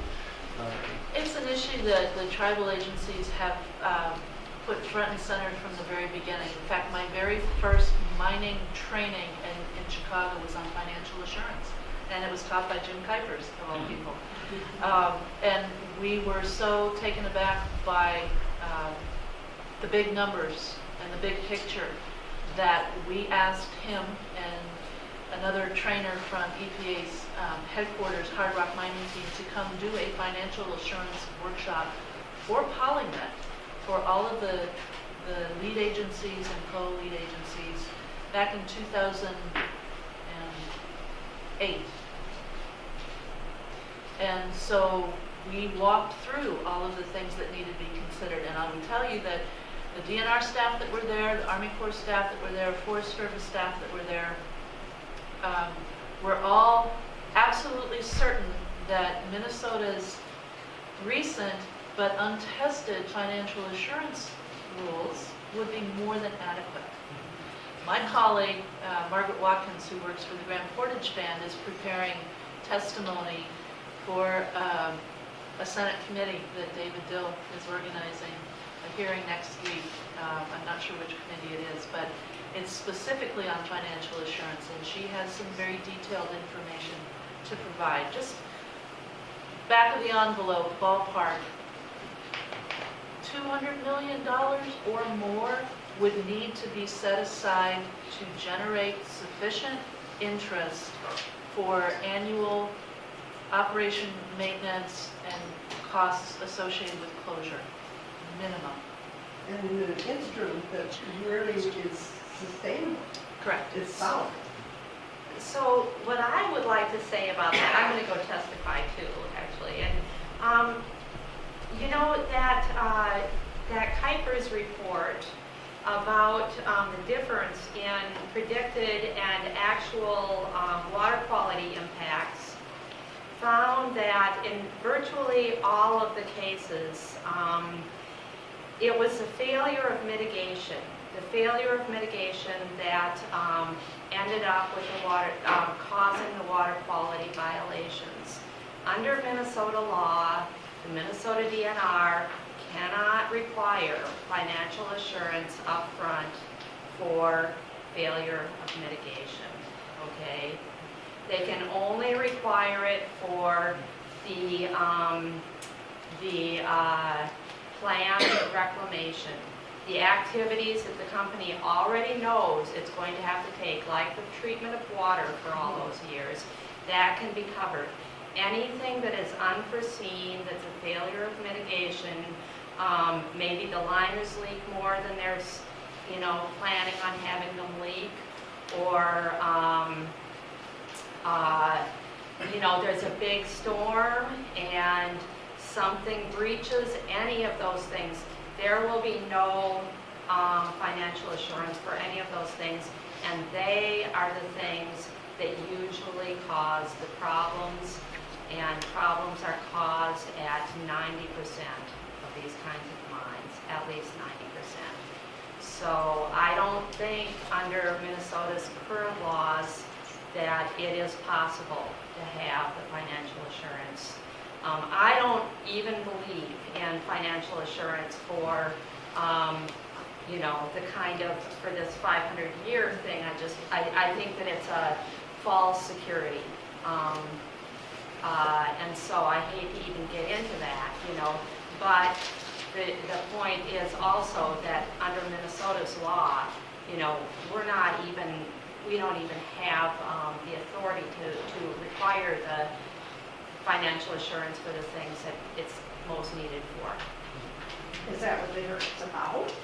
It's about anything having to do, that's what I'm gonna So say. the goal is to try to change that through that political process.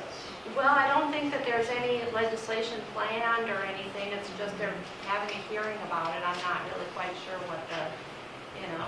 I think it came about because Rebecca Otto dared to vote Yeah. in the public interest on that very issue. Kristen's got a question. As I've been looking at this, I get frustrated at looking at PolyMet in this small box of time and this one project. And you referred to it needing the cumulative review. And I hear things like it's not going to close. The other mines are going to bring their minerals to it, and they're going to be processed there. They're already planning an expansion. Twin Metals will dump their waste south of Laurentian Divide, perhaps near PolyMet. What can you share about some of this to broaden it past the narrow scope of this flawed EIS? I got nothing, Kristen, not on that issue. I think the one thing that I would say, and I think most of you know this, is that this really is the tip of the iceberg. You see in papers consistently in Ely that once PolyMet is permitted, you have Twin Metals and then you have Tech sitting in Babbitt ready to roll on their heels.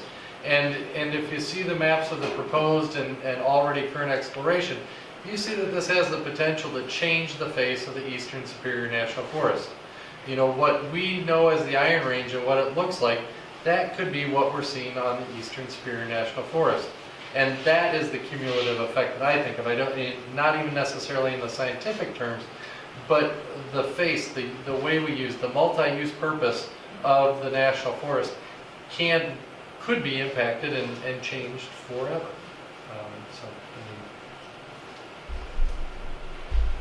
Way in the back there, Julie.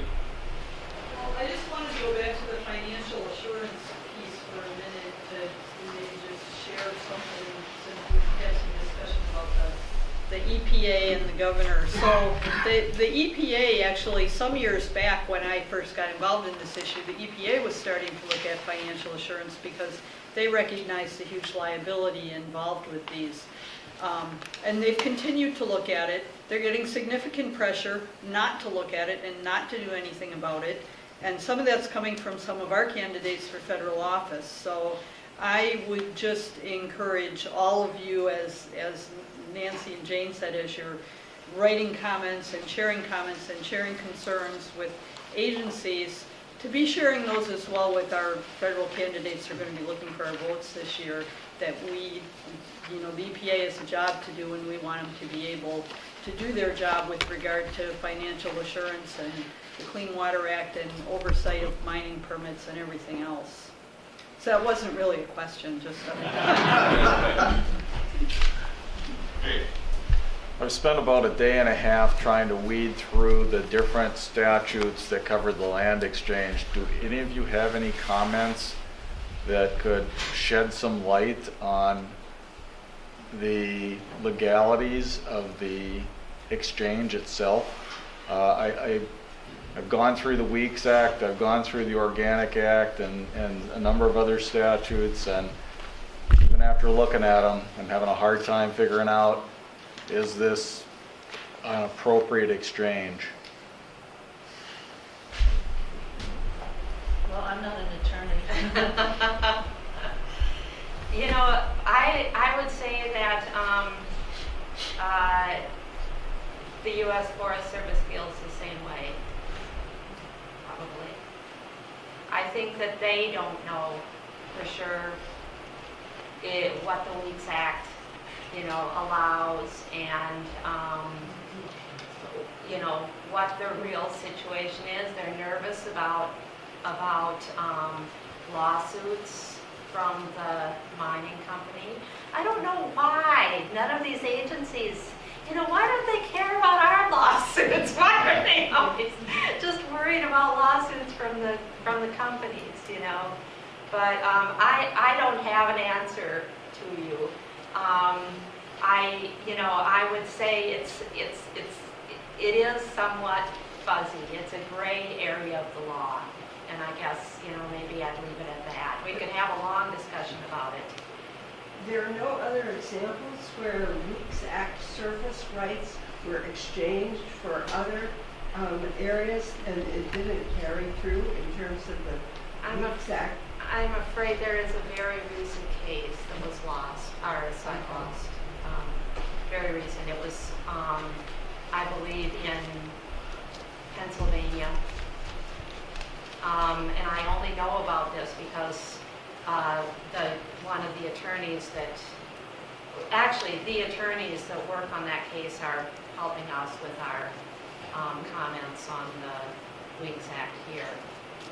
So, and that's one of the reasons why I am not as familiar with it, is because we've got some other lawyers working on it. So, yeah.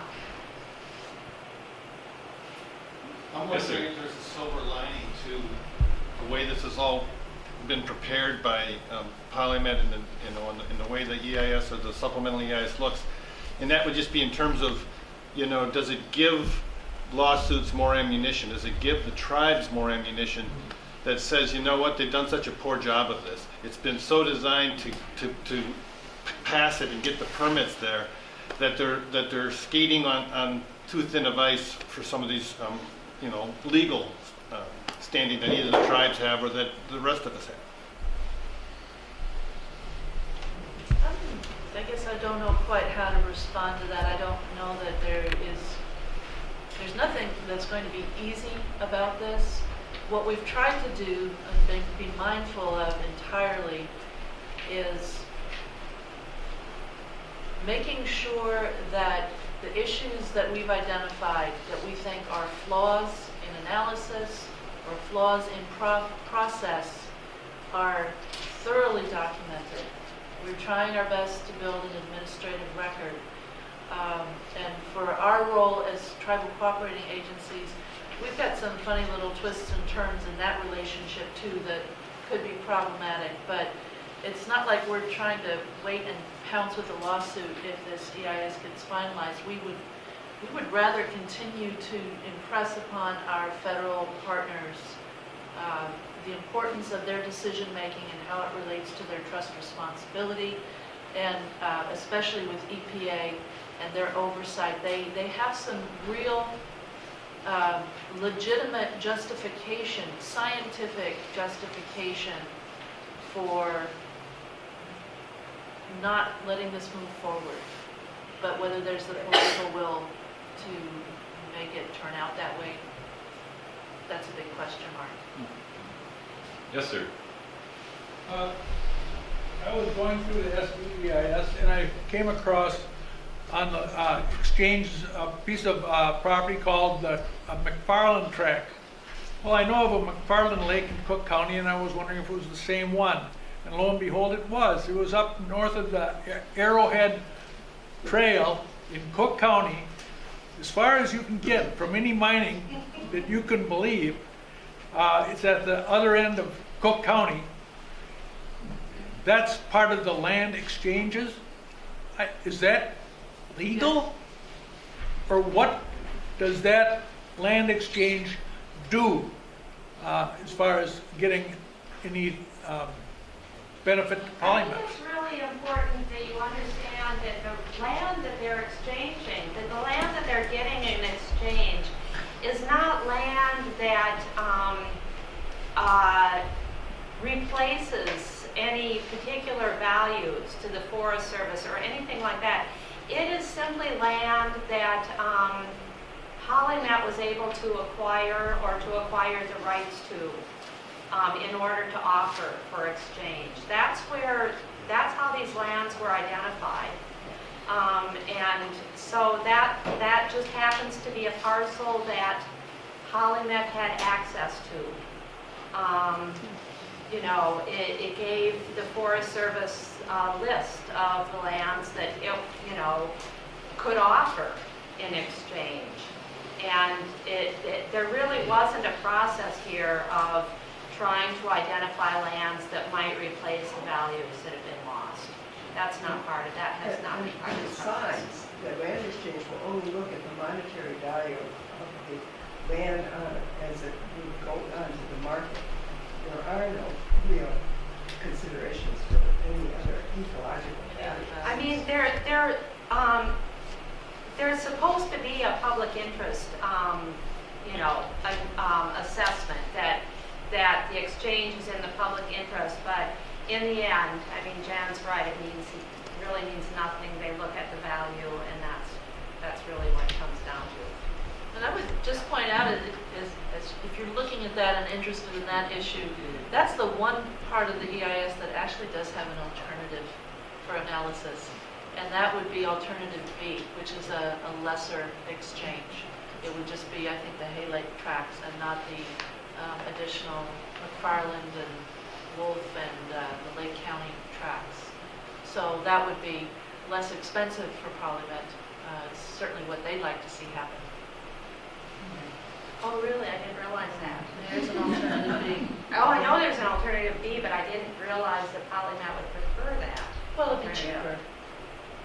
I didn't even add to that. You guys should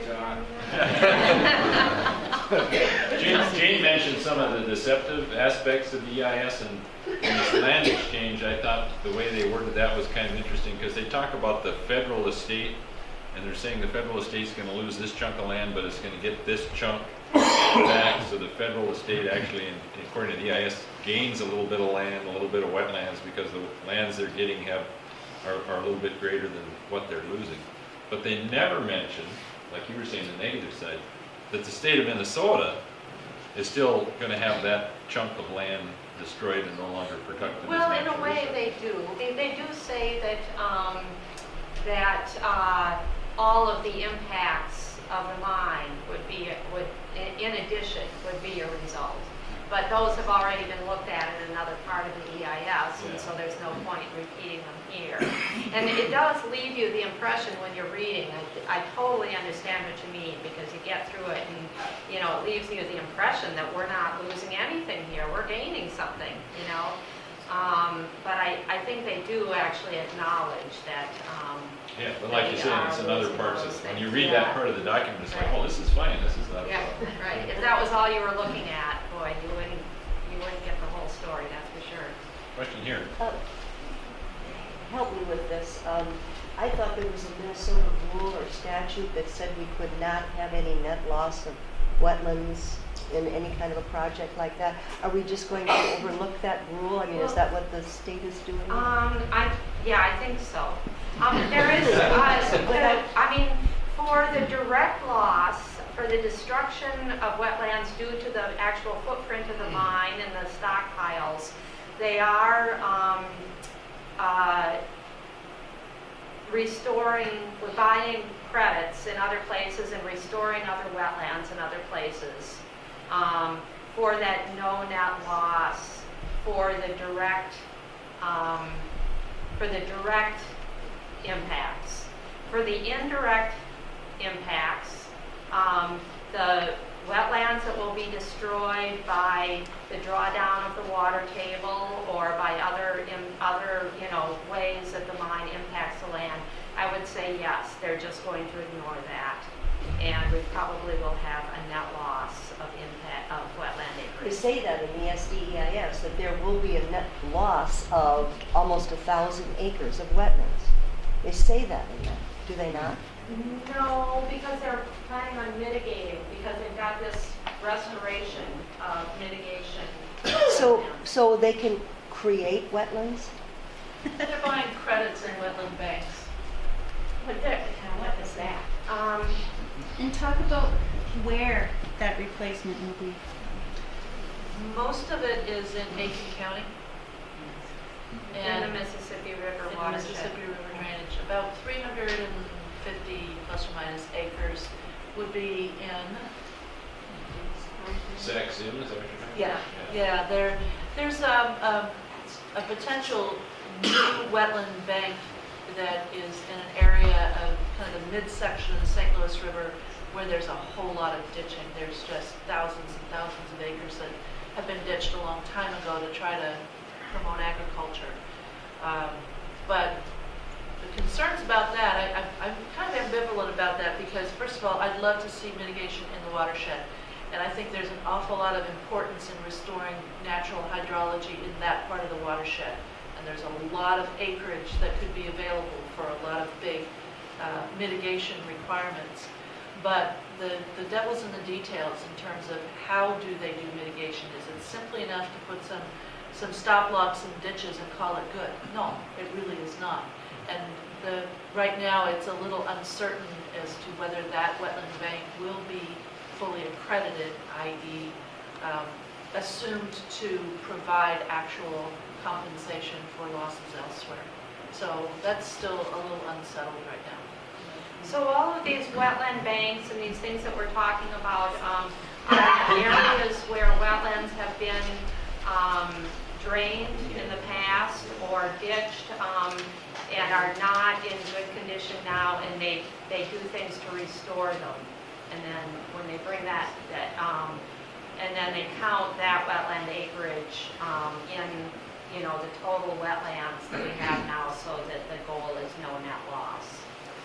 Two of the sites that they're proposing as mitigation are sod farms, where they've drained the wetland. It's peat soil, flat peat soil. They've drained it enough so that you can grow sod on it. And so what they would do then is plug those ditches back up, plant native plants on it, and they call it restoration. It's still functioning actually quite a bit as a wetland. It's just growing sod instead of shrubs and trees, but they would return the shrubs and trees. So there's some gain there, but how much real function and value you gain in wetlands is a big question that we have. And then the EIS brings out that they really actually struggled to find these few sites that they found to do mitigation.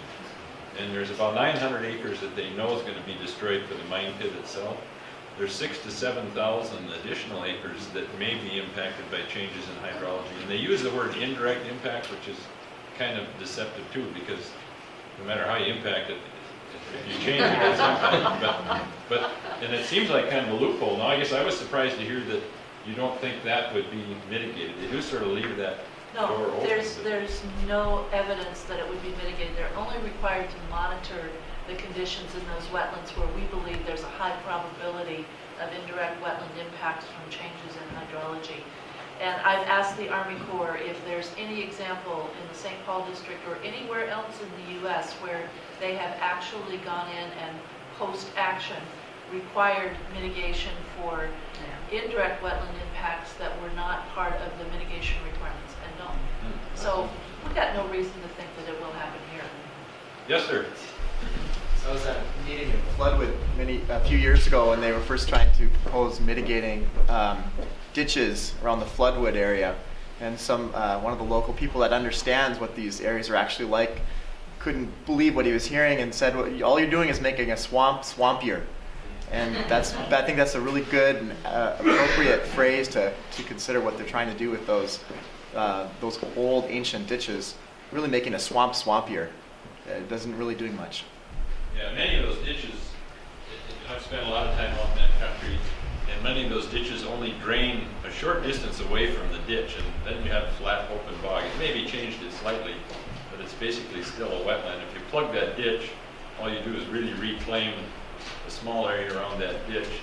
And in a lot of cases, it's already silted in, and the beaver plugged it for years, so it hasn't really functioned very well for a long time. So it's hard to see how you can gain a lot. You almost have to, and I think that's why they went to these sites like the sod farms and other agricultural sites where it has obviously been dramatically changed, and there would be some restoration value to reclaiming it. But it's hard to find those, and if you're talking about thousands of acres, I don't think they're out there. Well, Rick, I don't know if Jerry asked my question. I've been trying to get your attention here, and now my wife says this question better be profound. I'd just like to have you address the politics of this thing a little bit. I guess a few months ago, before the hearings that were just held, I think I would have said there's no way in heck that this thing is not going to go through. But now I see kind of a little change in public attitude. I think I feel that anyway. And last night I went to our precinct caucuses, and we had about 30 people in our precinct, and 25 of them were against the polymet. You know, so I kind of see that as a change, and I think that if we're ever going to really address this thing or stop it, I think we have to get public opinion, and we have to get that public opinion to put pressure on our legislative people, because boy, I see the legislators up in this area and they're afraid of their shadow. You know. So I guess I'd like to hear what the panel thinks we can do, what we can do out here. I think that there are other people in this room that can answer that a lot better than I could. I'm not very, you know, I'm not an expert on politics. So I'd like to open that, well, maybe these guys. The couple of things just quickly that I would say, and I don't know you, but everybody's looking at you, so we'll let you talk more. A couple of things that I would say is I live in Ely, and I went to the precinct or the caucuses last night, and we actually introduced a resolution in opposition to all sulfide mining in the state of in St. Louis and the Boundary Waters watershed, and we only lost by about 4 votes in the city of Ely. 4 swing votes out of 40 people in the group, and no resolution passed whatsoever, rather in support or in opposition to sulfide mining. So that's a shift in my understanding from 2 years ago at the caucus, and so the conversations are having an impact. You know, I think the comments from Tomasoni, comments from Rukavina, that anybody who has an opinion or environmental concerns, they're full of shit, I think was his comment on the news, pardon my language, but if he can say it, I can. And when questioned about that, as a representative of Congressman Nolan, he said he's fortunate to work for a boss who doesn't try and control him, and he was speaking for himself. But I think Representative Nolan, having him as a key aide, says a lot about where he stands on this issue. If I may, so my name is Gary Anderson, and I am running for the House District 7A seat here in East Duluth. And I see my role in this campaign is listening to the people of this community who are concerned about this issue. I'm not an expert in mining, I'm not an expert in politics, but I've spent my life building relationships and learning to listen to people. And I understand the role of the representative in this district is to represent the people. And what I'm talking about today, everywhere I go, are the concerns that I hear from you about this project. And I will continue to talk about that. Can I ask a question? I know you were in the rooms of the caucus at East High School last night.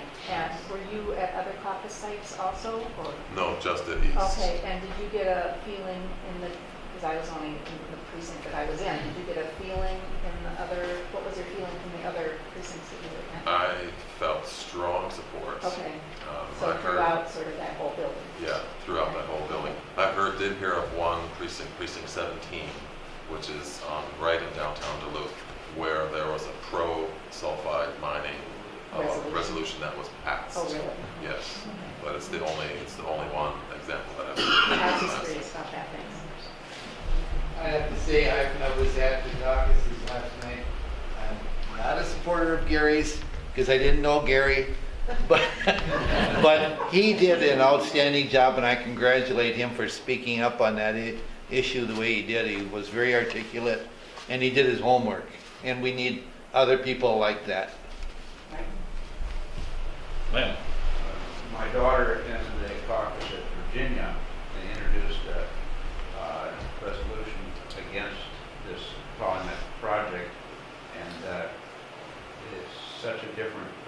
climate there, that she was the only vote for that. At our caucus, it was unanimously opposed to it, and we lie in the Duluth complex, right in the area that would be subject to the mining. Wow. The only other thing that I would add on the political front that I think there's some good speculation going around is Governor Dayton's choice to not pick Tony Sertich as his lieutenant governor. And making the choice to go away from the Iron Range was a political choice.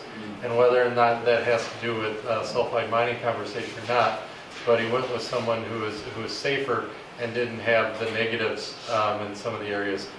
So I think we had a couple of conversations around that as an interesting pick. Whether or not that's directly related, that's just speculation. Sandy, you've been trying to get a question.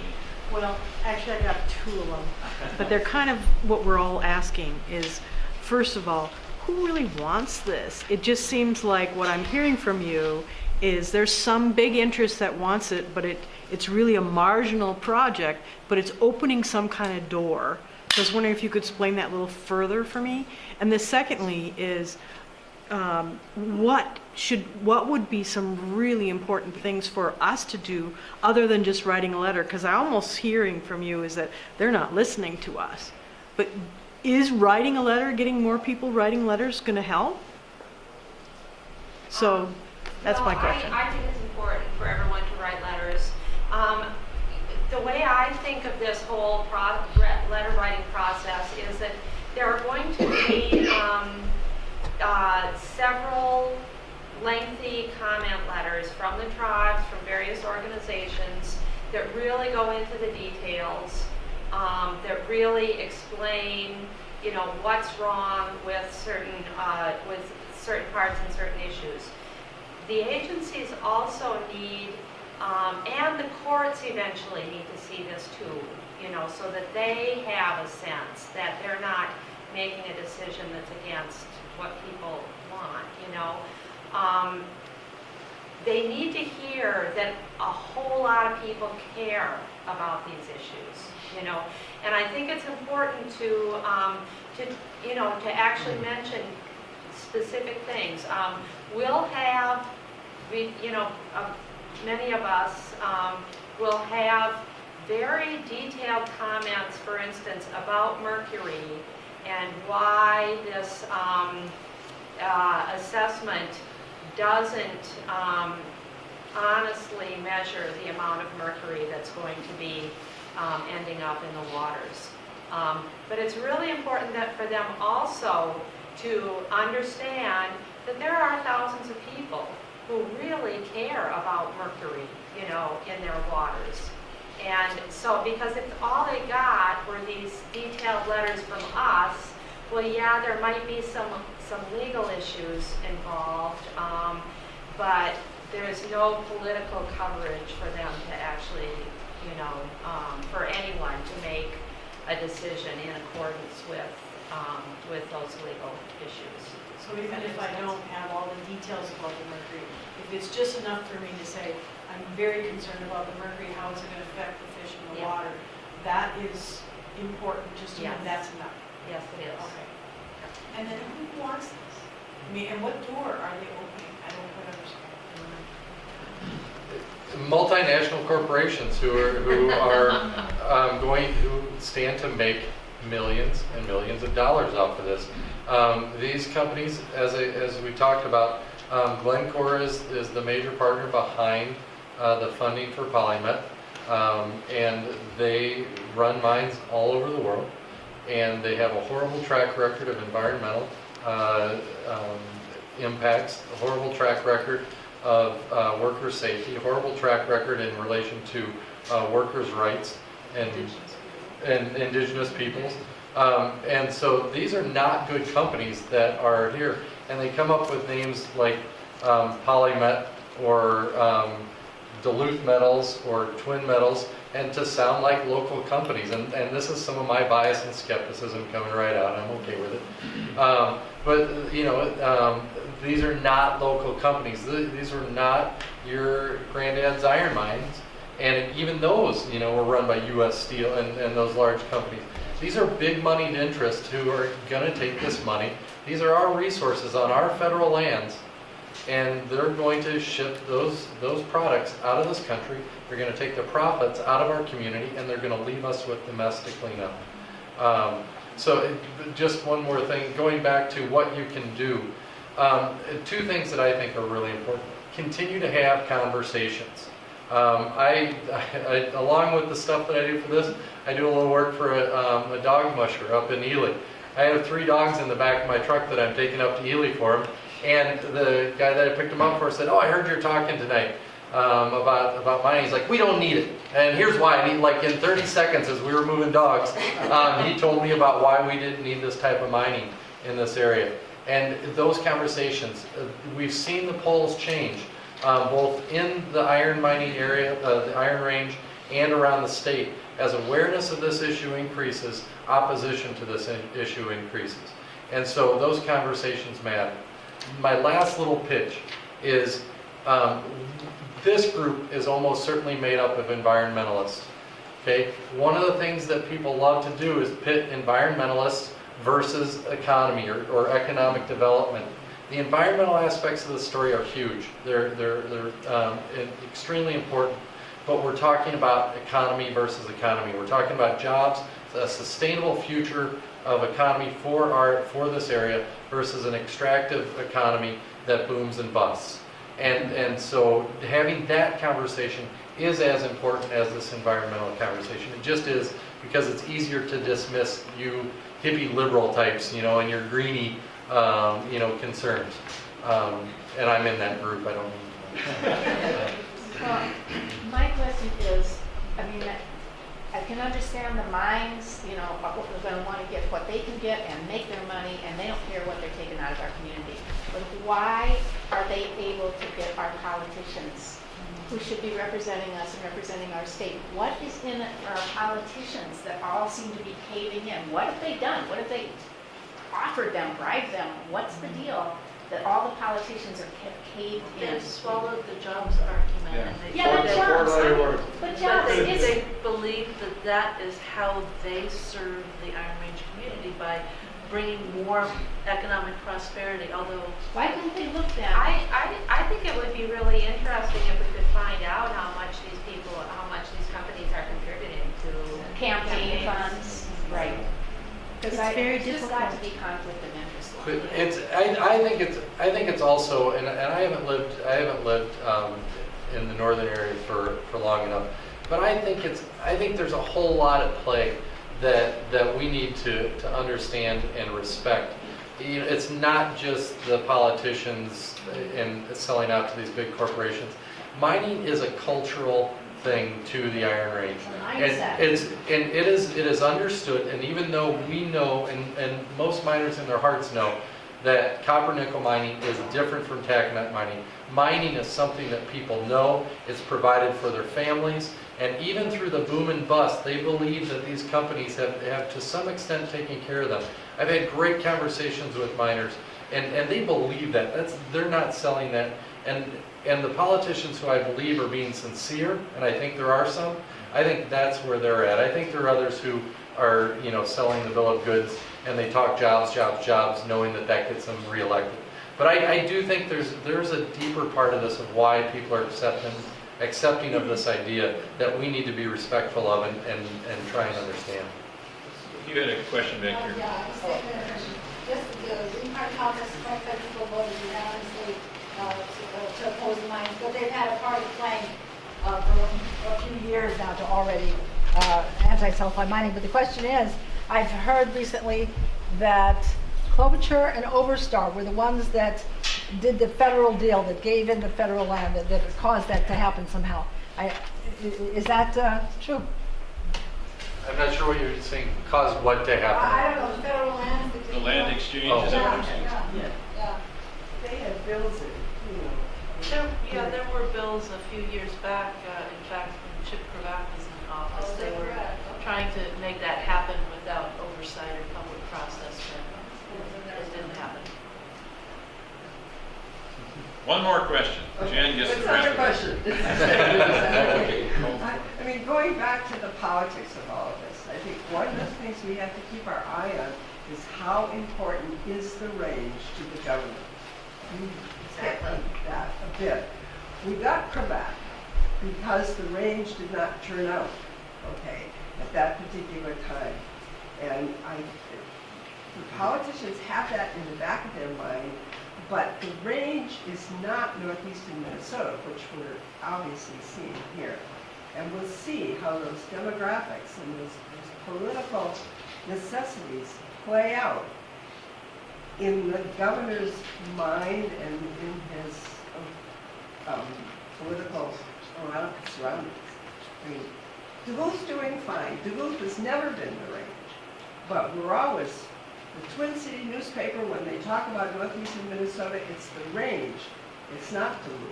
And we need to speak up to the governor, maybe, as best we can. I know for myself, I'm encouraged because when I listen to three experts like we have here tonight and see that there's some really smart people working on this issue, that gives me some encouragement. I think that they're not going to be able to pull the wool over these folks' eyes, and I really appreciate you coming here tonight and giving us your expertise. This has been really interesting. I think we've all learned a lot. Let's give them a good